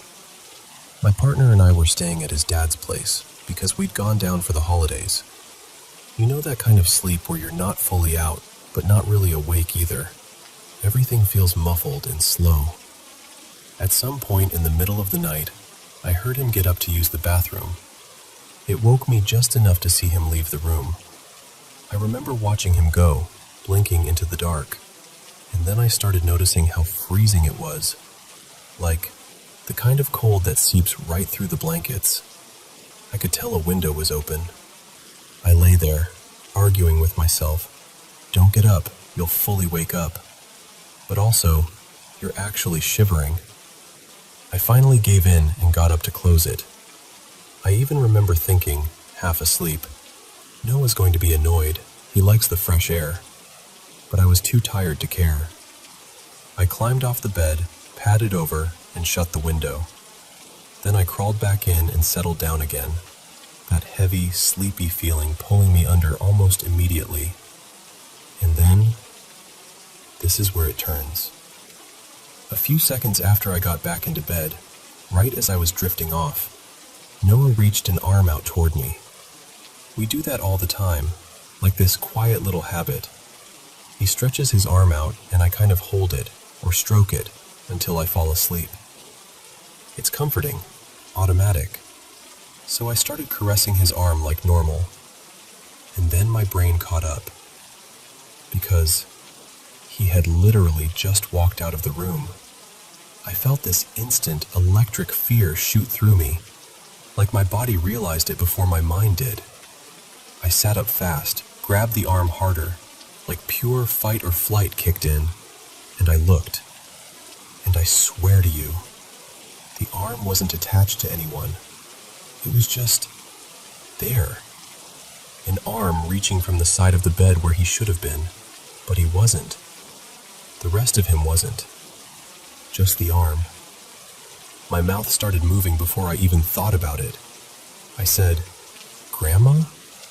Which makes no sense because my grandma passed away years ago. Then I said another name right after, and I can't remember it now, but it was strange. Like a name I'd never heard in my life. Almost like my brain made it up on the spot. And the moment I said it, something shoved me. That's the only word that fits. It felt like a force pushed my shoulders down, and I slammed back onto the mattress. And then it was like I got switched off. I didn't get to look closer. I didn't get to scream. I just blacked out. And then I woke up. Fully woke up this time. Heart pounding, body hot, that awful sick terror feeling like I'd been dropped into ice water. I shot my head toward the window because I needed proof I wasn't losing my mind. And the window was still open. Wide open. Which meant I never got up. I never closed it. That whole part, the getting up, the shutting it, Even the thought about Noah being annoyed. None of it actually happened. But here's what makes it worse. I could still hear him in the bathroom. He was still in there. That part was real. That part was what woke me up in the first place. So I'm lying there staring at the open window, listening to him moving around in the bathroom, and my brain is trying to stitch it together. How I could be awake enough to see him leave, awake enough to feel the cold, awake enough to remember the room exactly right, and still have something that vivid and physical happen that wasn't real. It only lasted a few seconds, but it felt endless. In the moment, I honestly thought I was about to have a heart attack. I've never felt fear like that in bed, in the dark, when you're supposed to be safe. Noah's sister later told me it sounds like sleep paralysis, but I don't even know. Because I always thought with sleep paralysis you can't move at all.